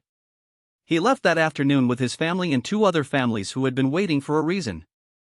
5 people total, out of the network's approximately 140. Not catastrophic by numbers. Catastrophic by timing, because people leaving at the moment of failure were a signal to everyone who stayed, and the signal was that the failure was serious enough to abandon rather than repair. Jorin tried to stop them. I told him not to. Forcing people to stay in a situation they had decided was failing would not produce the commitment the network required. If they were going, and arguing about it would only confirm to the people watching that I could not accept that my decisions had consequences. The harder conversation was with the Porak representative, who came to me privately and said that the goatkeepers were asking whether the Hollow's production methods were as reliable as they had been told, because the reservoir had been built on the same principles and the reservoir had failed. It was a fair question and I said so. I said the hollow methods were tested and stable and the reservoir failure was a specific substrate error that did not reflect on the filtration and collection methods, and I said I should have done a deeper survey before committing labor and I did not do it and that was my mistake. He looked at me the way Davin looked at things he was evaluating for structural integrity and then said he would tell the goatkeepers what I had said. He did not tell me whether he thought it would be enough. Davin came in the evening, when the site was quiet and the remaining workers had gone back to their settlements and Senna had taken Danu and Myri into the shelter and I was sitting at the basin's edge looking at the cracked corner in the last light. He sat down without being invited, the way he had started doing in recent weeks. He did not speak for a long time. I said, "You knew the substrate was uncertain." I said I hadn't confirmed it. That was the same thing and I treated it as a lesser concern. Yes. Another silence. "I dug wells that failed," he said. 3 of them, across 30 years. The first one I was certain about. More certain than the other 2. It was the worst failure. "What did you do?" "Dug again. Smaller. More carefully. Took longer to be certain." He looked at the crack. "The void is probably a solution cavity. Old water movement through limestone, if there's limestone at depth here. The rock layer exists but it's not solid, it has channels through it from historical water flow." He said this last part with a specific neutrality that meant he had just told me something he had thought of as significant. Historical water flow through the substrate. Not just on the surface, in the channels. Through the rock. Old water had moved through the rock layer here, creating cavities, and the rock layer's apparent solidity from the surface survey was a function of the cavity geometry being below the survey depth. I stood up and walked to the northeast corner where the subsidence had started and looked at the wet sand. Then I looked at the crack line and followed it with my eyes along the joint, and then I looked at where the joint ran toward the basin wall. At the base of the wall, where the floor stones met the wall stones, the settling had opened a small gap, and in that gap, visible only because the evening light was hitting it at a low angle, there was something that was not sand and not stone. A fragment of worked material, curved, pale, pressed into the substrate below the basin floor by the weight of the construction above it. I got down on my hands and knees and worked it free carefully. It was ceramic thick-walled, the same dense pale fabric as the South Camp's fired clay but much older, the surface glazed with a compound I had not seen before. A curved section of what had been a large vessel or a line channel surface. On its outer face, pressed into the clay before firing, the symbol. Below the symbol, a second mark I had not seen before, a directional indicator, an arrow form pointing in the direction that was, when I oriented myself, northeast. The archive activated without a query.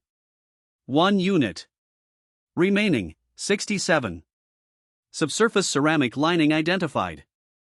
Classification, Period 3 Lower Valley Channel Infrastructure, Interior Protective Coating. Function, waterproofing for high-flow channel sections. Presence at this location indicates primary channel routing pass through or beneath current site. The primary channel. Not a branch, the main channel, the one that had fed the distribution station, the one that had come from the northeast source. It had run through here. Below this exact location. The cavity in the substrate was not an incidental geological feature.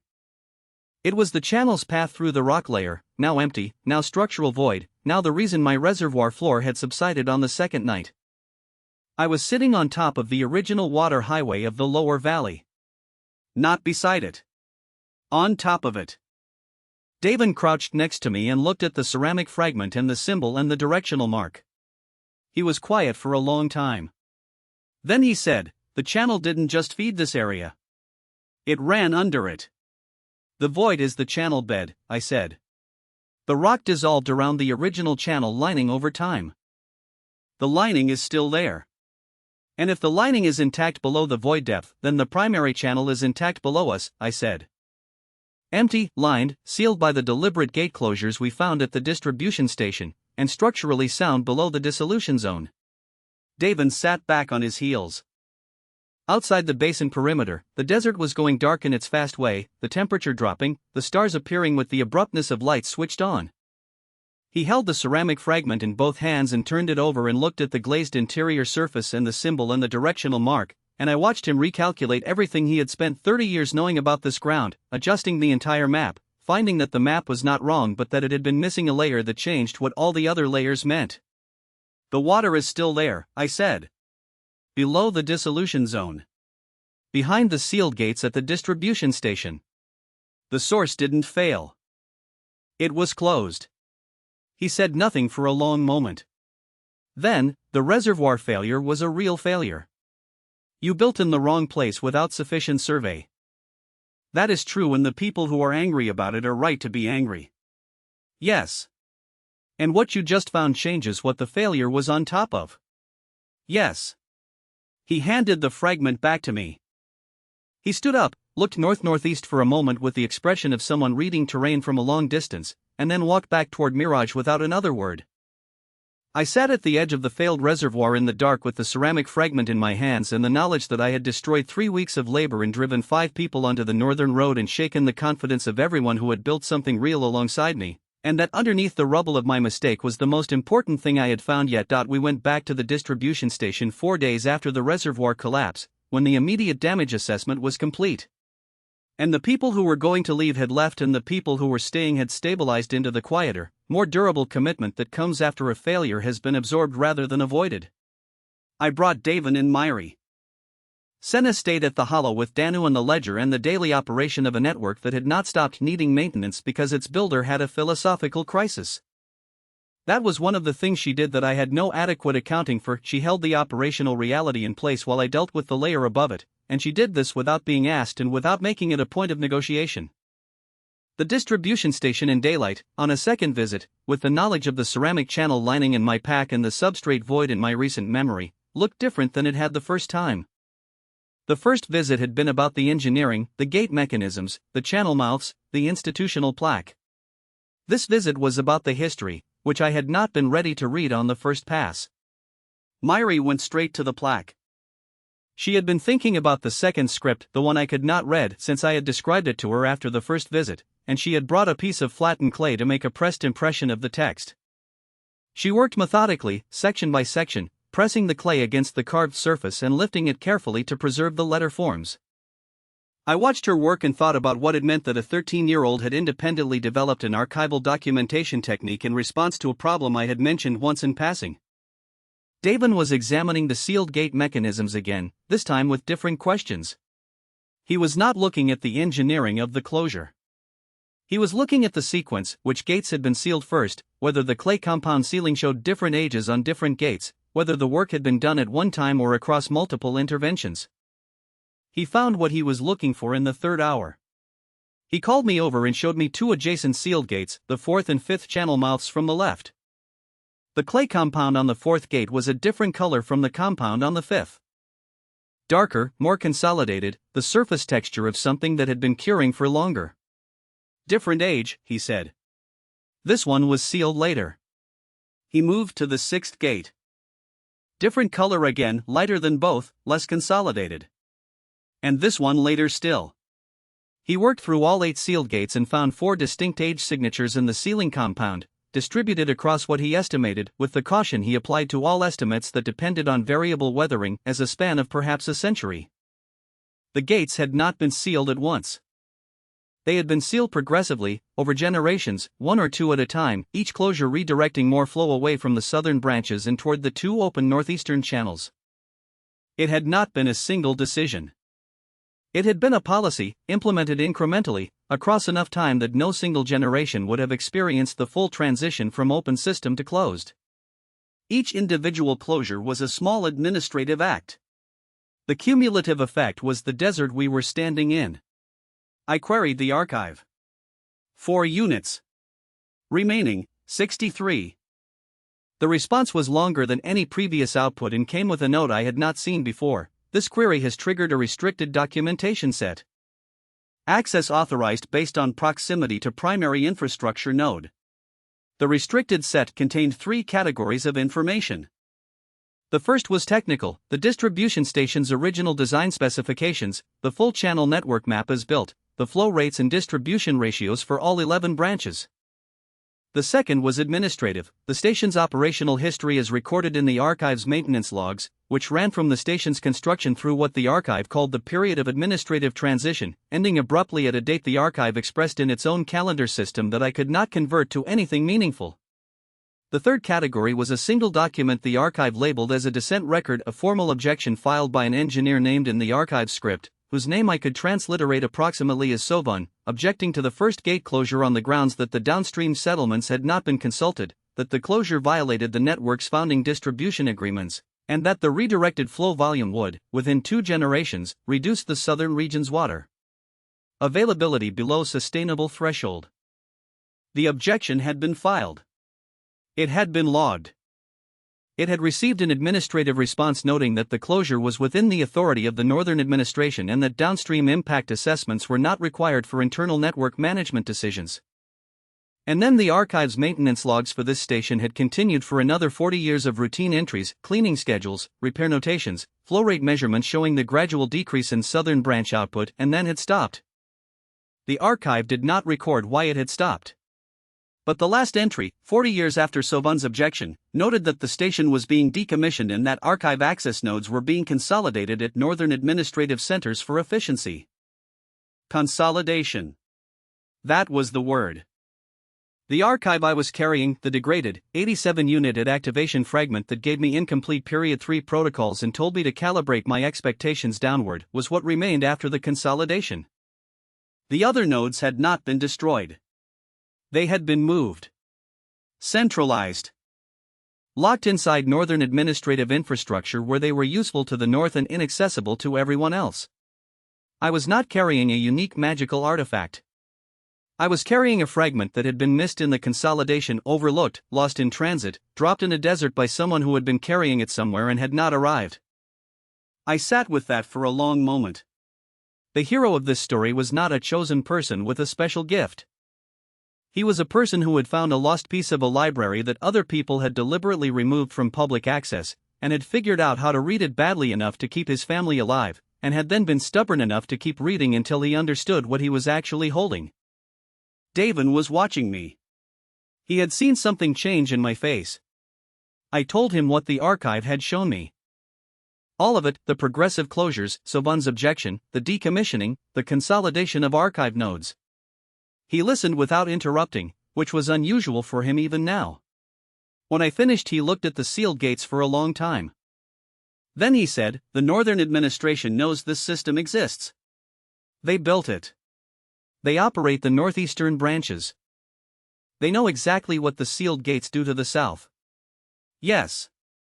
And the metal disc your daughter found came from a Northern administrative trader. Someone in the North is using the same institutional symbol on current official materials. He looked at me with the expression he used when he was about to say something he had already decided was true but had not yet said aloud. "They know about your network," he said. "Not because they're watching it specifically. Because anything that moves water in the lower valley is within the operational awareness of whoever manages the northeastern branches. Your surplus production, your trade routes, your node system, from a water management perspective, you've been visible to them since you started producing surplus." I had known this was coming. I had been not thinking about it the way I had been not thinking about the metal disc, consciously, deliberately, because thinking about it required decisions I was not ready to make.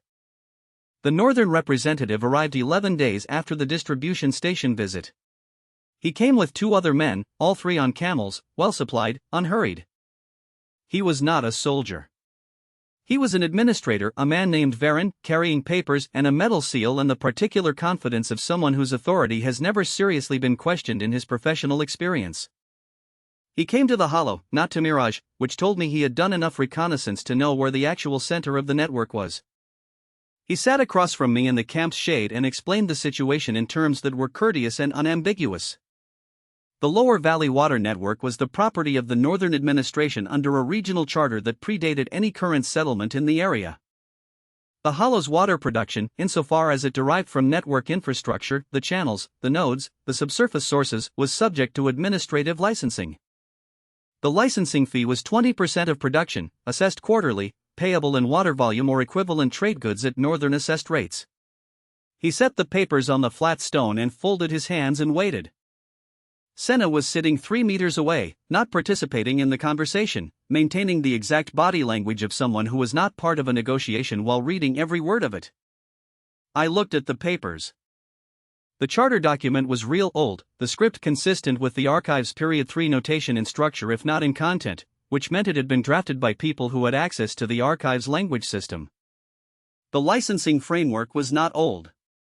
It was recent, the ink was consistent with current materials, the administrative structure it described used terminology that Varen himself used, which meant it had been written in the current generation. They had used old authority to legitimize a new extraction framework. I said, "The charter references the Lower Valley Network. The network's distribution station shows that 8 of 11 branch channels were closed by administrative action over a period of approximately a century. The closures are the reason the Lower Valley is currently a desert. The licensing fee you're proposing would apply to water production that only exists because we rebuilt methods the network's own administrative closures had eliminated." Varen looked at me without surprise. "The operational decisions of the network administration are not subject to appeal through informal settlement claims," he said. "The licensing framework applies to current production regardless of historical context." He had been asked this question before. He had a prepared answer. I said, "I'll need 30 days to consult with the network settlements before responding to any licensing proposal." He said, 10 days. After 10 days, unlicensed production is subject to administrative seizure. He left that afternoon. Davin, who had arrived during the conversation and had stood at the edge of the camp without being introduced, watched the camels until they were over the dune. Then he said, "They're not going to wait 10 days. "No," I said. The 10 days is the cover for whatever they've already planned. Jorin came to the hollow the following morning with news from two separate sources. A trader on the secondary caravan route had been told by northern agents to stop using the hollow as a waypoint, with the implication that traders who continued to do so would find their northern route licenses reviewed. And a family in Porak had been visited by a man who was not very younger, less formal, offering to purchase the goat herd outright at a price that was generous enough to be a message rather than an offer. They were not coming at us directly. They were coming at the edges, the trade connections, the satellite settlements, the people whose commitment to the network was real but not unconditional. It was a patient, experienced approach, the approach of an administration that had been managing this kind of situation for generations and knew that direct confrontation hardened resistance while economic pressure dissolved it. Senna that evening gave me the ledger assessment without being asked, which meant she had already decided what it showed and wanted me to have the information.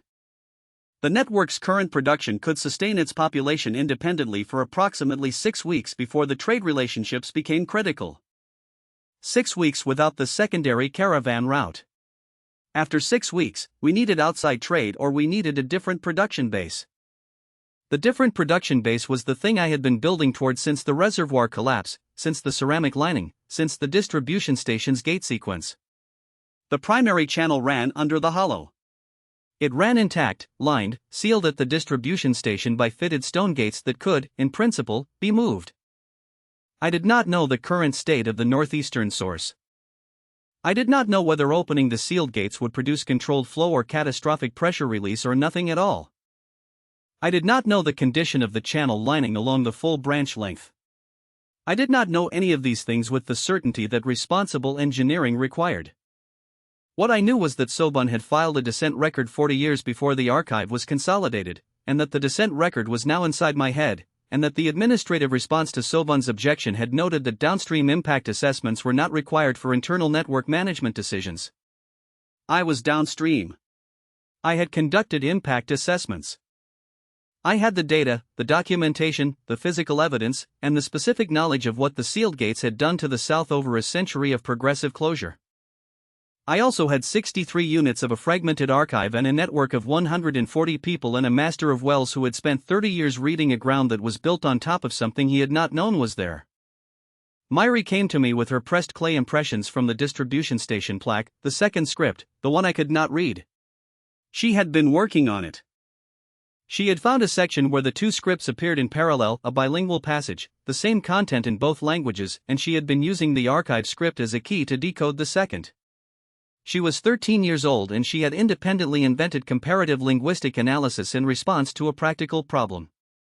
She showed me what she had worked out. The second script was older than the archive's notation.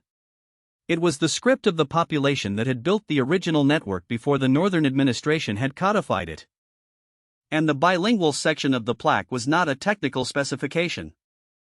It was the founding distribution agreement, the document that Sobun's objection had referenced, the one the administrative response had said was not binding on internal management decisions. It said the water of the Lower Valley network belonged to all settlements within the network's reach, in perpetuity, administered in trust, not in ownership. Administered in trust. Not owned. That was the legal foundation the Northern licensing framework had been built on top of, and it was not the foundation the licensing framework claimed it was. The truth about the water was now in my hands in three forms: physical evidence in the distribution station, archive documentation in the restricted set, and the founding agreement in Myri's pressed clay. The North knew one of these existed. They did not know about the other two. I looked at the clay impression in Myri's careful hands and thought about Varen's 10-day window and the trader route pressure and the offer to the goatkeepers and the 6 weeks in Senna's ledger. The question was not whether to use what I had found. The question was whether to use it as a negotiating position, contained, controlled, offering the North a way to adjust its framework without public confrontation, or to open it completely, distribute the founding agreement and the gate sequence documentation across every settlement in the network and every trader on the secondary route, and make the truth impossible to unrelease. Contained gave me leverage. Distributed gave me protection. They were not the same thing and the choice between them was not reversible. I made the distribution decision on the 7th day of Varen's 10-day window, before the window closed and before the North made the choice for me by acting first. I distributed everything. Myri's pressed clay impressions of the founding agreement went to Sarad Miraj, to the Porek goatkeepers, to the South Camp clay workers, to every trader on the secondary caravan route who passed through the hollow in a 2-day period. Joren carried copies northeast toward the drift settlements. Fun took the southern route. I kept one copy and gave one to Davin, who looked at it for a long time and then put it inside his coat without comment, which was as close as he came to indicating that something mattered beyond the immediate operational requirement. The archive documentation of the gate sequence, the progressive closures, Sovan's objection, the administrative response I wrote out in the plain language of the current settlements, stripped of the archive's technical notation, reduced to the facts in the order they had happened.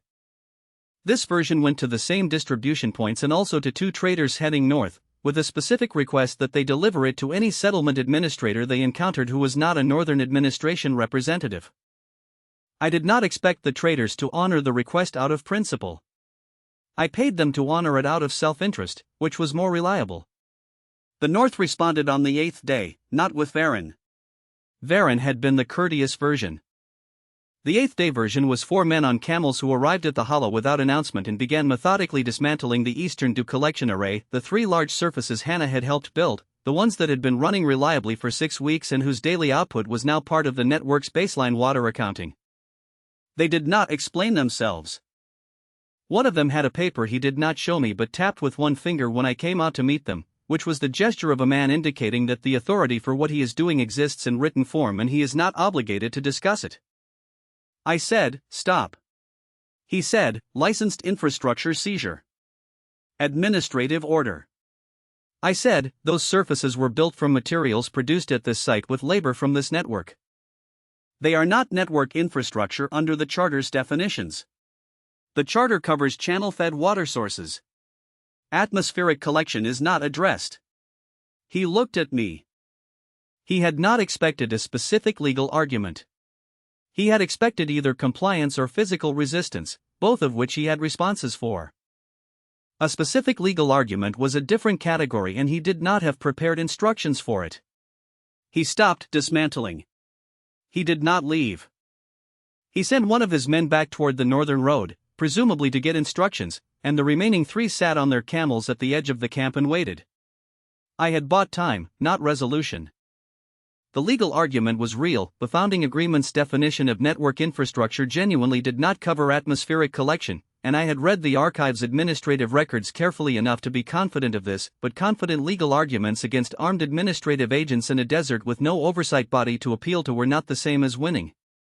What I needed was for the legal argument to matter less than the operational reality, and the operational reality I needed to create was one where the Northern Administration's leverage over the lower valley water supply was no longer the central fact of the region's existence. That required the gates.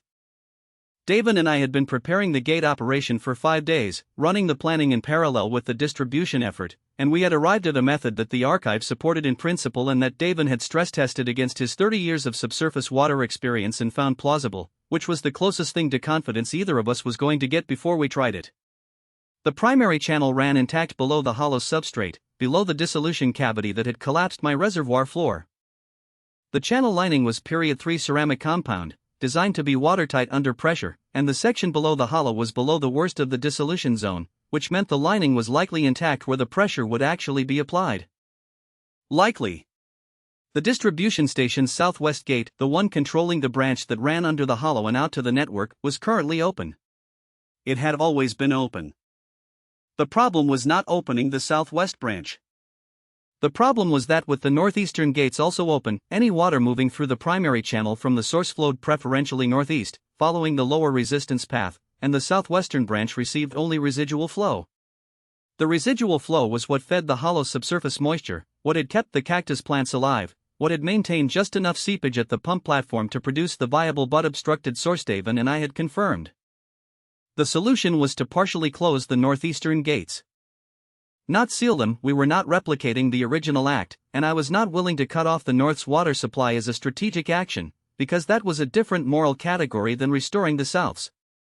Partial closure. Reduce the northeastern flow enough to create sufficient pressure differential that the southwestern branch received meaningful volume. The archive's flow dynamics documentation, accessed at the cost of 8 units remaining, 55 gave me the gate position ratios for achieving a specific southwestern branch flow rate.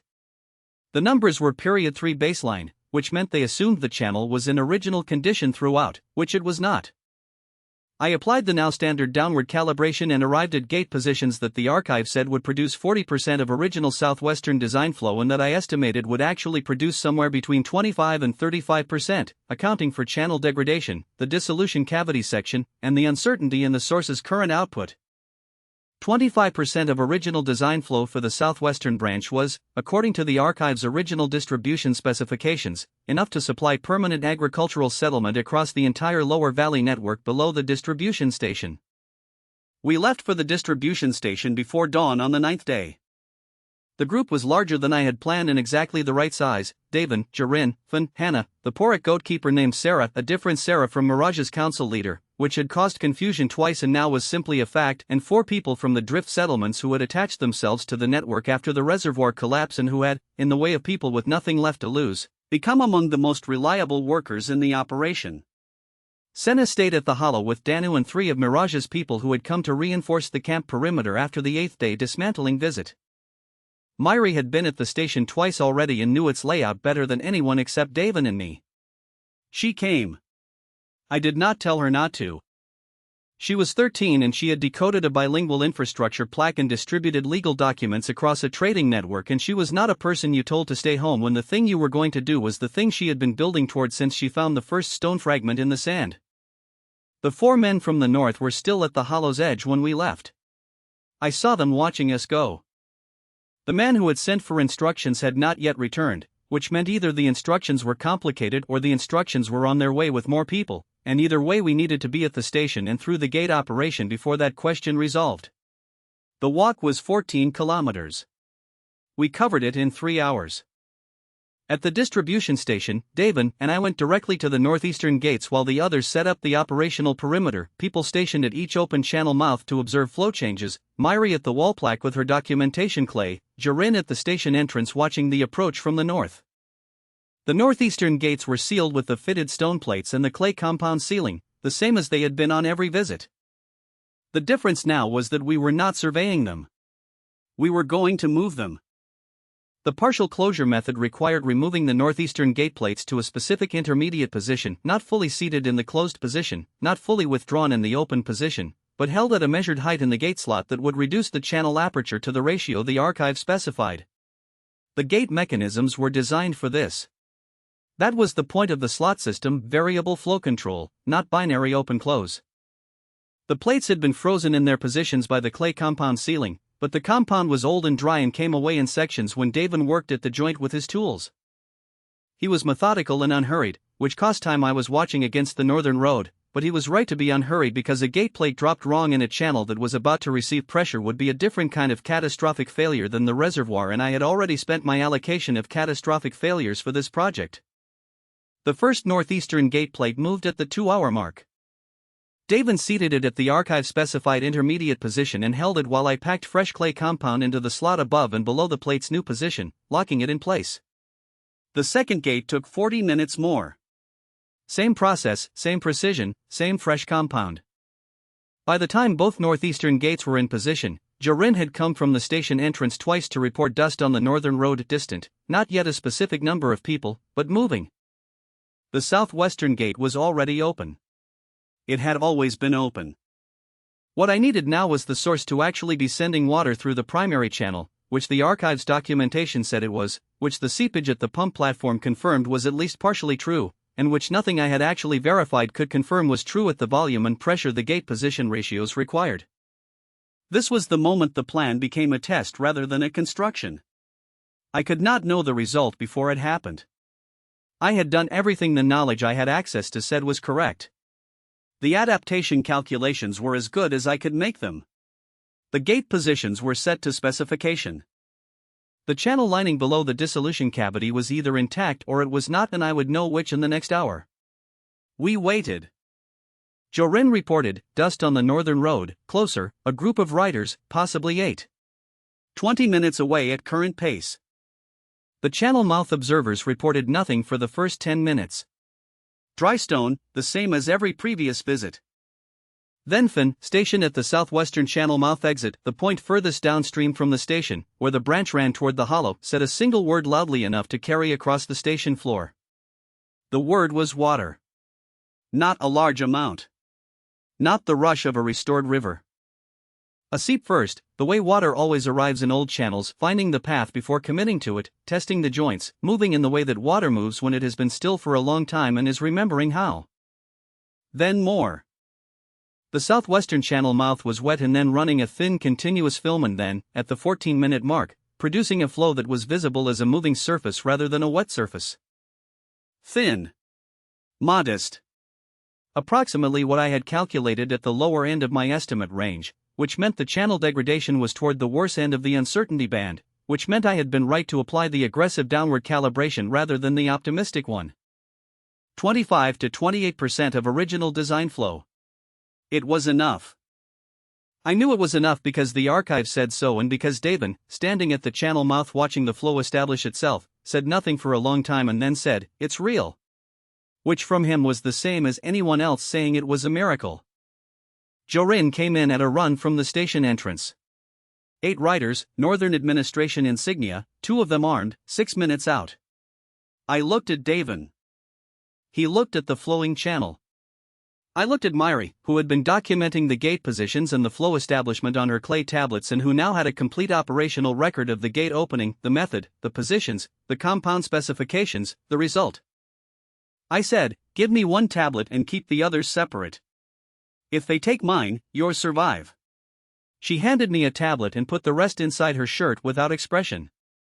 The riders arrived while the southwestern channel was still establishing its flow pattern, still finding its grade, still working through the first section of old drystone that would need to wet completely before the flow ran clean. The lead rider was not Varen. He was younger, carrying a formal seal, and he had the specific energy of someone who had been given clear instructions and was not interested in the conversation I was about to try to have. He said the distribution of unauthorized documentation regarding Northern Administrative water rights was an actionable offense under the regional charter and that I was required to accompany him to present myself to the Northern Administrative Authority. I said, the regional charter's founding agreement specifies that network water is held in trust for all settlements within the network's reach. The gate configuration you see in this station has been restored to a partial flow position consistent with the founding agreement's distribution requirements. The documentation I distributed is a copy of the founding agreement itself, which is carved on the wall of this station in 2 scripts and has been here since the station was built. I distributed a copy of a public document to the people it applies to. He looked at the station. He looked at the southwestern channel mouth, where the flow was now consistent enough that even from his position at the entrance he could see the whetstone and the moving water. He looked at the gate positions, the northeastern plates at intermediate height, the fresh compound, the evidence of deliberate recent adjustment. He understood what had happened. He understood it technically, which meant he understood that it was not reversible in the time frame he had available. Reversing the gate positions would require the same careful work Davin had done to set them, and doing that work while the channel was under flow pressure was a different engineering problem than setting the plates in a dry channel, and his 6 armed riders were not the technical personnel who could do it even if he ordered them to try. What he had left was me. I said, the water is flowing. It will reach the hollow subsurface source within 2 days and the network nodes within 4. The settlements downstream are already receiving documentation of the founding agreement. You can take me north and the water will still be flowing when you arrive, and the documentation will have continued to distribute while you were traveling, and the people who read the founding agreement will still have read it. He looked at me for a long time. Then he looked at Davin. Davin was standing at the southwestern channel mouth watching the flow with the attention of a man who has spent 30 years listening to this ground and is now hearing something new in it. He did not look up. The lead writer said, "This is not resolved." "No," I said. "It isn't." He looked at his men. He looked at the channel. He turned his horse and rode north and his riders followed and the station was quiet again except for the sound of water moving through old stone, thin and continuous and real. I stood at the southwestern channel mouth for a long time. Myri came and stood beside me. Then Jorin.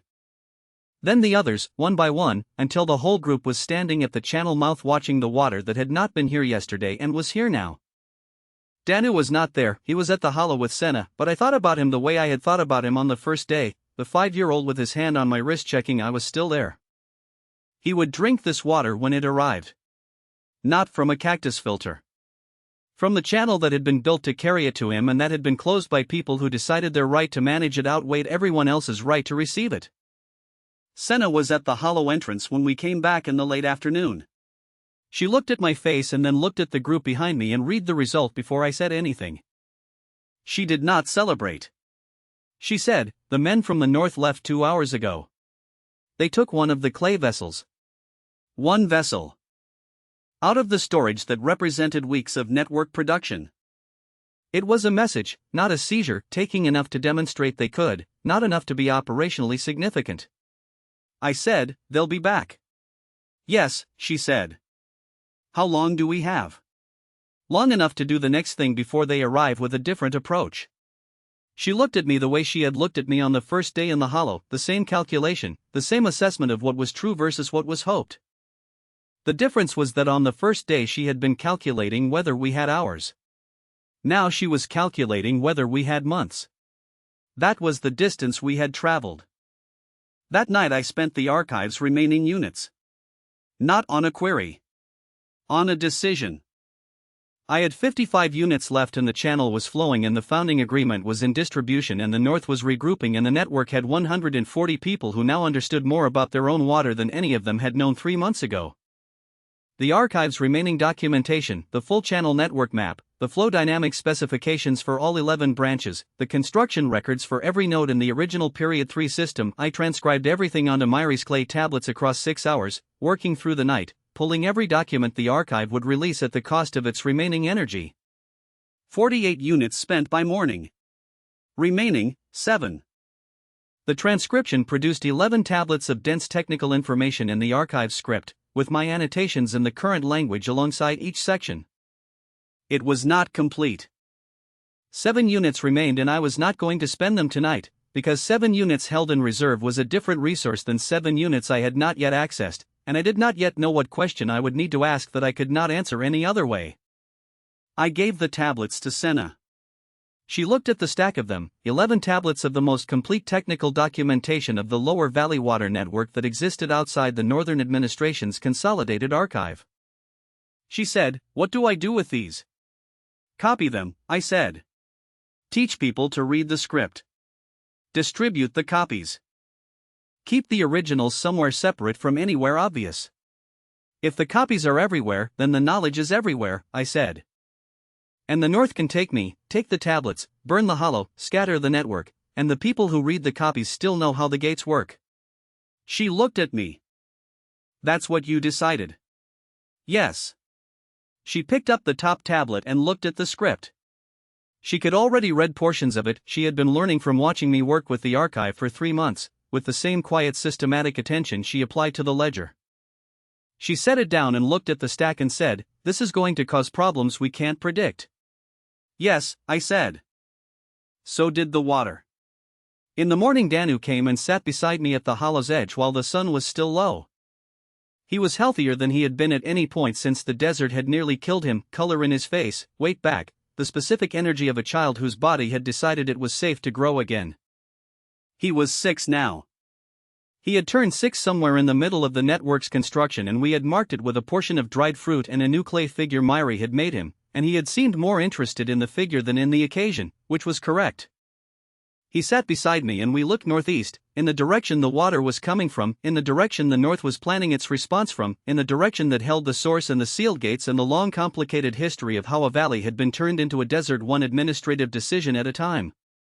He said, "Is the water going to stay?" I thought about the 7 remaining archive units. I thought about 11 tablets of transcribed documentation in Senna's careful storage. I thought about Myri's copied tablets already moving through the network in Jorin's pack. I thought about Davin, who was somewhere along the channel route this morning, walking the southwest branch to read its condition kilometer by kilometer, the way he read everything with his hands and his eyes and 30 years of knowing what the ground sounded like when it was telling the truth. I said, "The water is going to stay. What changes is who decides that." He looked at the desert. He had grown up in this desert, all 6 years of him. He did not know another landscape. He accepted it as a fact rather than a condition, the way children accept the world they were born into. Then he said, "Are we going to fix it?" I looked at the hollow, at the lean-to that had become a camp, that had become a network, that had become a political problem for an administration that had been running unopposed for generations. I looked at the 7 archive units I was holding in reserve for a question I had not yet needed to ask.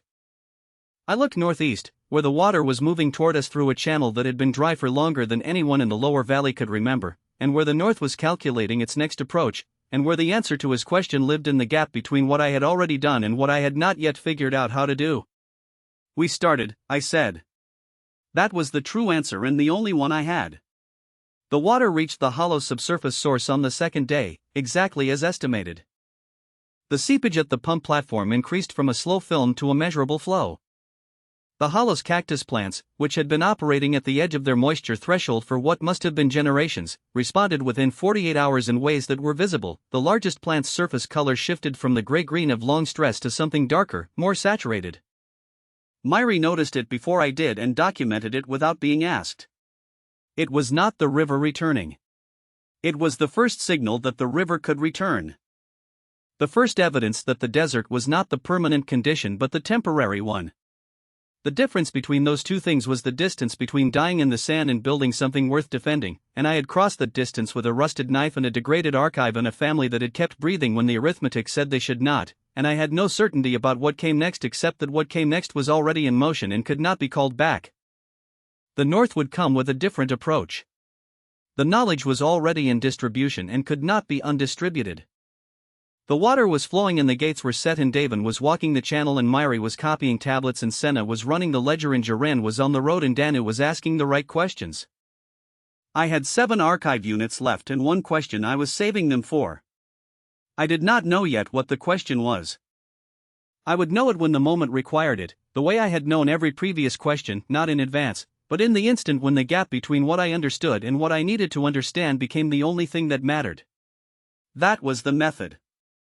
That was what I had learned. Not the archive's answers. The method of asking.